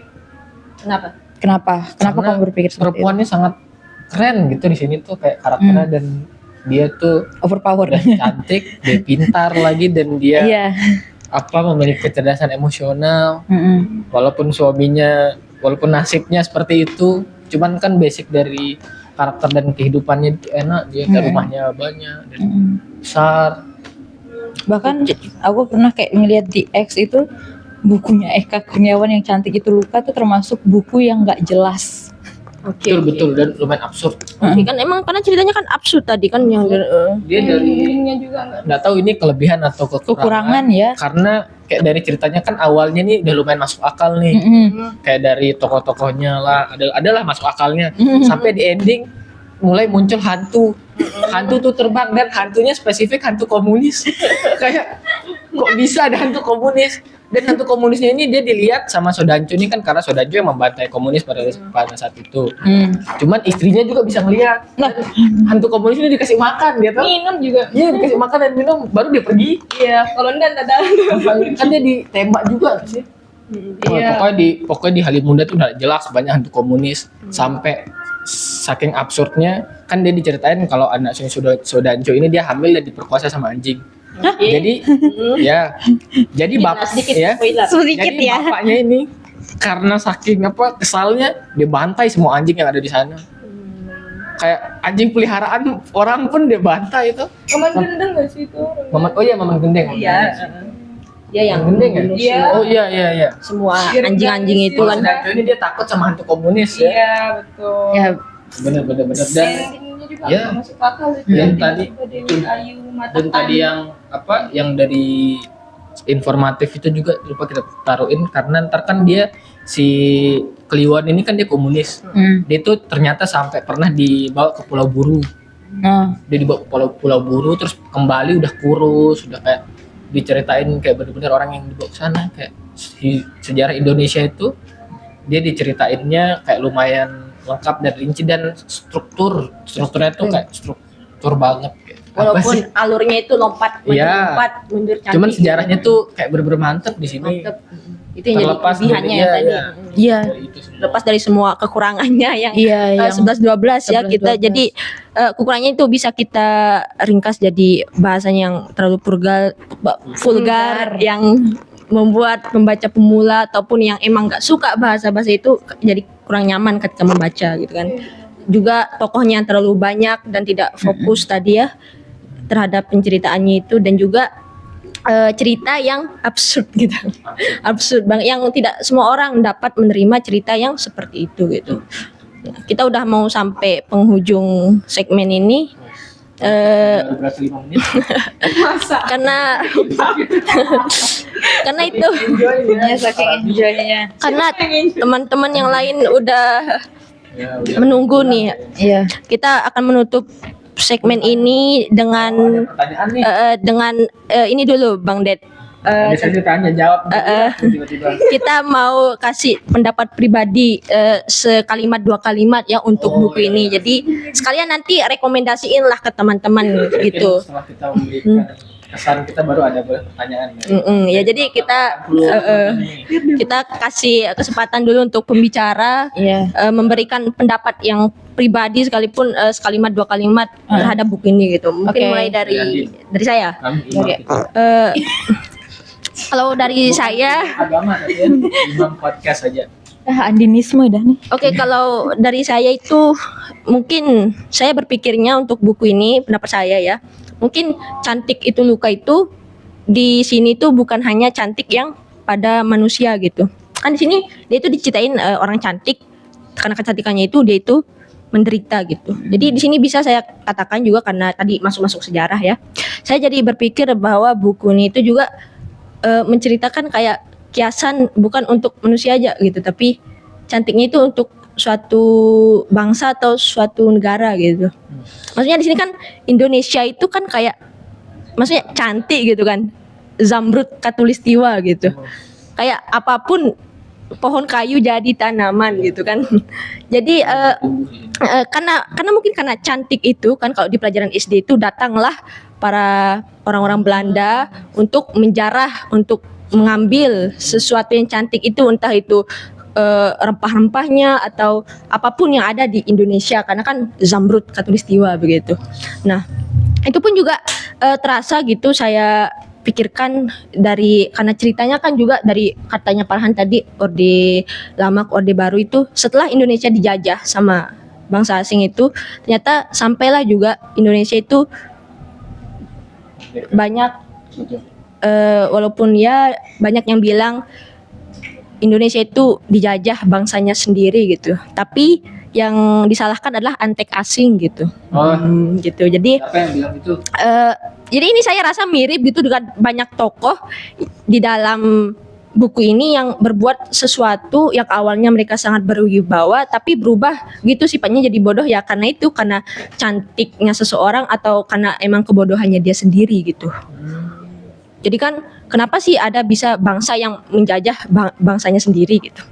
Padahal kan mereka itu awalnya itu tokoh-tokohnya itu kan berwibawa gitu, pinter, sakti, tapi karena cinta itu langsung brek gitu, kebalikan 180 derajat gitu mereka. Itu aja sih kalau menurut saya. Saya nih, kesan saya membaca Cantik Itu Luka itu sebenarnya saya lumayan suka dan tidak suka dengan penggambarannya Eka ini tentang karakter itu dan tokoh, karena itulah tadi kayak absurd banget. Dan kalau dari segi penulisannya ini lumayan menarik bagi saya karena ini sangat baru gitu. Kayak dari semua novel fiksi yang saya baca itu baru kali ini yang sangat sefrontal itu. Itulah karena kan pertama kali saya baca karyanya ini. Setelah itu karena tadi menurut saya menarik, saya bacalah akhirnya Seperti Dendam Rindu Harus Dibayar Tuntas. Pertama itu kesan saya kayak dari gaya penulisannya itu menarik. Terus karena pembahasan sejarahnya di novel fiksi dan magis ini itu sangat sederhana dan membuat kita tuh kayak bisa ngalir aja gitu. Kayak dari awalnya gimana komunisme itu masuk di Halimunda sampai dia ke Pulau Buru dan lain-lain, sampai dia dibantai, sampai ada Petrus. Itu sih yang menurut saya berkesan dan walaupun dia ini agak aneh ceritanya, tapi saya kayak mendapatkan puzzle-puzzle sejarah Indonesia yang pada saat itu mungkin kayak abad kekosongan gitu, tidak boleh ada orang yang menulis tentang itu. Itu sih kerennya. Itu kesan saya. Kesannya Kak Rabi. Oh iya. Kesan Ini begini aja. Oke, kesan saya bagi di buku ini itu menurut pertama memang saya terkejut, tapi merekomendasikan juga ke teman-teman yang mungkin umurnya udah 20 ke atas gitu ya, untuk membaca buku ini. Jadinya biar teman-teman yang mungkin mendengarnya sekarang buku ini maksudnya itu jelek atau bahasanya vulgar gitu, tapi nggak semuanya kita harus pandang dari sisi itu begitu. Lebih baik teman-teman baca dan memetik pelajaran dari setiap buku ini begitu. Dimana pelajaran yang saya temukan di buku ini ya, bahwa cantik itu mencintai seseorang itu harus berlandaskan iman begitu ya. Nah, Gak bisa hanya berlandaskan cinta. iya, nggak bisa. Karena di buku ini jelas banget dijelaskan bahwa jika hanya berlandaskan cinta dan rasa suka, dia akan menjadi gila. Iya kan? Dari sekian tokoh itu yang saya temukan, dia Islam tapi nggak sadar-sadar gitu. Iya nggak sih? Pasti dia gila dulu, baru dia sadar, terus patah hatinya terobati begitu. Apakah dalam hatiku, apakah harus gila dulu begitu kan? Nah, jadi untuk teman-teman semua, marilah kita mencintai seseorang dengan sewajarnya gitu. Dari buku itu yang aku pelajari begitu ya. Pelajarannya. Selanjutnya Kak Enggar, silahkan kesan pesan atau pelajaran. Gimana ya? Saya suka sama imajinasinya Eka Kurniawan di buku ini, kayak out of the box aja cara dia gambarin karakternya yang terlalu over cantik, over kuat dan lain sebagainya. Dan saya gimana ya? Saya campur aduk kalau baca buku ini, karena kayak saya kayak suka, tapi apa yang bisa saya jelasin gimana yang bikin saya suka dari buku ini gitu. Karena yang kalian tahu bahasanya sangat frontal dan vulgar gitu. Jadi kesan saya setelah baca buku ini ya saya lebih suka dengan cara imajinasinya Eka Kurniawan gitu. Itu sih. Keren. Keren sih memang Eka Sampai Kurniawan. dia ada ngejelasin kayak moksa gitu. Iya. Seorang preman dia kayak bertapa bisa moksa dia. Wes. Itu deh. Iya. Itulah yang namanya overpower. Wes. Oke, kita sudah dengar kesan, pesan dan bahkan pelajaran yang bisa dipetik sedikit dari buku yang cantik itu Luka ini. Mungkin tadi ada yang mau bertanya. Oke, silahkan teman-teman yang belakang sabar ya. Iya. Sebetulnya saya tadi sebenarnya saya langsung mau nanggapin karena terlalu lama jadi saya agak lupa gitu. Ya makanya kenapa saya untuk segera ingat gitu ya, segera tadi sebenarnya aku langsung mau tanggapin cuman. Jadi gini, pertama aku melihat cara kalian menilai itu masih terkesan seperti penyanyi dangdut menilai metal gitu. Jadi mencari moralitas ala dangdut di dalam metal itu susah. Iya. Gitu. Kalian harus melepaskan semua bias itu dulu gitu dan menambah informasi-informasi kira-kira aku nggak tahu tadi aku sempat pergi ya gitu. Apakah sempat menyinggung soal novelnya Eka ini sebetulnya dia meniru gaya siapa Ada tadi. dalam menulis? Siapa? Ada Gabriel, ada Fyodor, ada Mama. Ya, ya, secara gaya itu ke siapa? Ya, gaya yang tadi tuh, yang tiba-tiba di bagian akhir ada hantu bisa terlihat. Itu namanya realisme magis. Berarti yang Ya, dan itu sebetulnya itu dekat sekali dengan dekat sekali dengan rakyat Indonesia. Kita mitosnya banyak banget. Tadi yang mungkin terkesan kasar misalnya kayak soal incest itu, coba periksa dongeng-dongeng kita. Ada yang menikah dengan bapaknya, ada yang menikah dengan ibunya, kayak gitu. Jadi dia mencoba mengadopsi itu, gitu. Jadi itu penilaianku kayak aku agak sedikit terganggu dengan ketika bicara soal kelebihan dan kekurangan. Kalian lebih banyak kesan subjektifnya dari gitu. Jadi aku melihat itu. Jadi sebetulnya mungkin bisa digali lebih adil gitu. Jangan menilai moralitas ala dangdut untuk memeriksa moral rock and roll. Beda. Sama dengan anggota DPR menilai moral rakyat itu pasti akan beda. Ya, karena mereka sudah terbiasa nyaman. Nah, sama dengan kita mungkin terbiasa dengan teks-teks yang sopan santun, gitu kan? Sementara coba kita periksa, kita nilai dengan objektif teks itu. Apa yang salah dengan kata lobang hidung, lobang pantat? Apa yang salah? Itu cuma kata. Iya. Kayak gitu. Benar nggak? Cuman kata gitu loh. Kita tidak biasa konsumsi. Tidak biasa konsumsi. Nah, seharusnya perlu diselidiki lebih jauh. Kira-kira kenapa? Karena ini kan yang berulang kali aku bilang bahwa dia menggunakan gaya pikares. Gitu. Dan itu sebetulnya bisa ditelisik lebih jauh. Jadi supaya adil menilainya gitu. Tidak menilai moralitas orang kaya melihat moralitas orang miskin, kayak gitu maksudku, supaya adil aja ya. Tapi sisanya menurutku keren banget sih, detail. Aku suka bagian kalian memeriksa dengan detail sehingga lebih bertanggung jawab jadinya penilaian kalian soal karakter itu menurutku digali dengan bagus itu. Cuman di bagian akhir aku mulai kayaknya udah mulai terganggu nih saya kayak gitu. Tapi it's okay, ini pengalaman dan overall bagus. Aku apresiasi, terima kasih banyak. Worth it briefing kalian. Keren. Oke, makasih atas tanggapannya Bang Ded. Jadi pelajaran ya lagi untuk bedakan DPR dengan rakyat gitu. Emang Gitu. beda banget sih. Iya beda banget. Bedakan Lihat aja nih. bedakan orang kaya dan orang yang kurang berada gitu. Iya kan itu juga malah itu protes demo di dalam Alphard. Protes macet di dalam Alphard. Iya. Menyala Bu N ya. Oke, mungkin selesai Oh, iya. sudah Tambah ini deh satu apa itu? lagi. Untuk kalian yang nonton ini, bacalah buku biar pintar. Kalau malas baca jadi polisi. Oh ya, aku mau nanya. Tapi singkat saja satu orang, nggak usah semua. Itu kenapa di belakang itu? Kenapa? apa itu? Jelasin ke penonton. Oh, ini. Silahkan. Ini kan hari ini 30 Agustus ya. 30 Agustus Di 2020. karena tempat kita ini di Lombok. Jadi habis tadi tuh ada yang turun aksi gitu. Kayak mereka berdemo dan ini tuh merupakan apa? Kayak tulisan-tulisannya dia kayak pada orang yang demo itu. Ya, ekspresi masyarakat yang tidak setuju. Iya, merasa tidak Ya. adil. Dan karena di komunitas ini ada beberapa yang turun demo dan mereka membawa apa?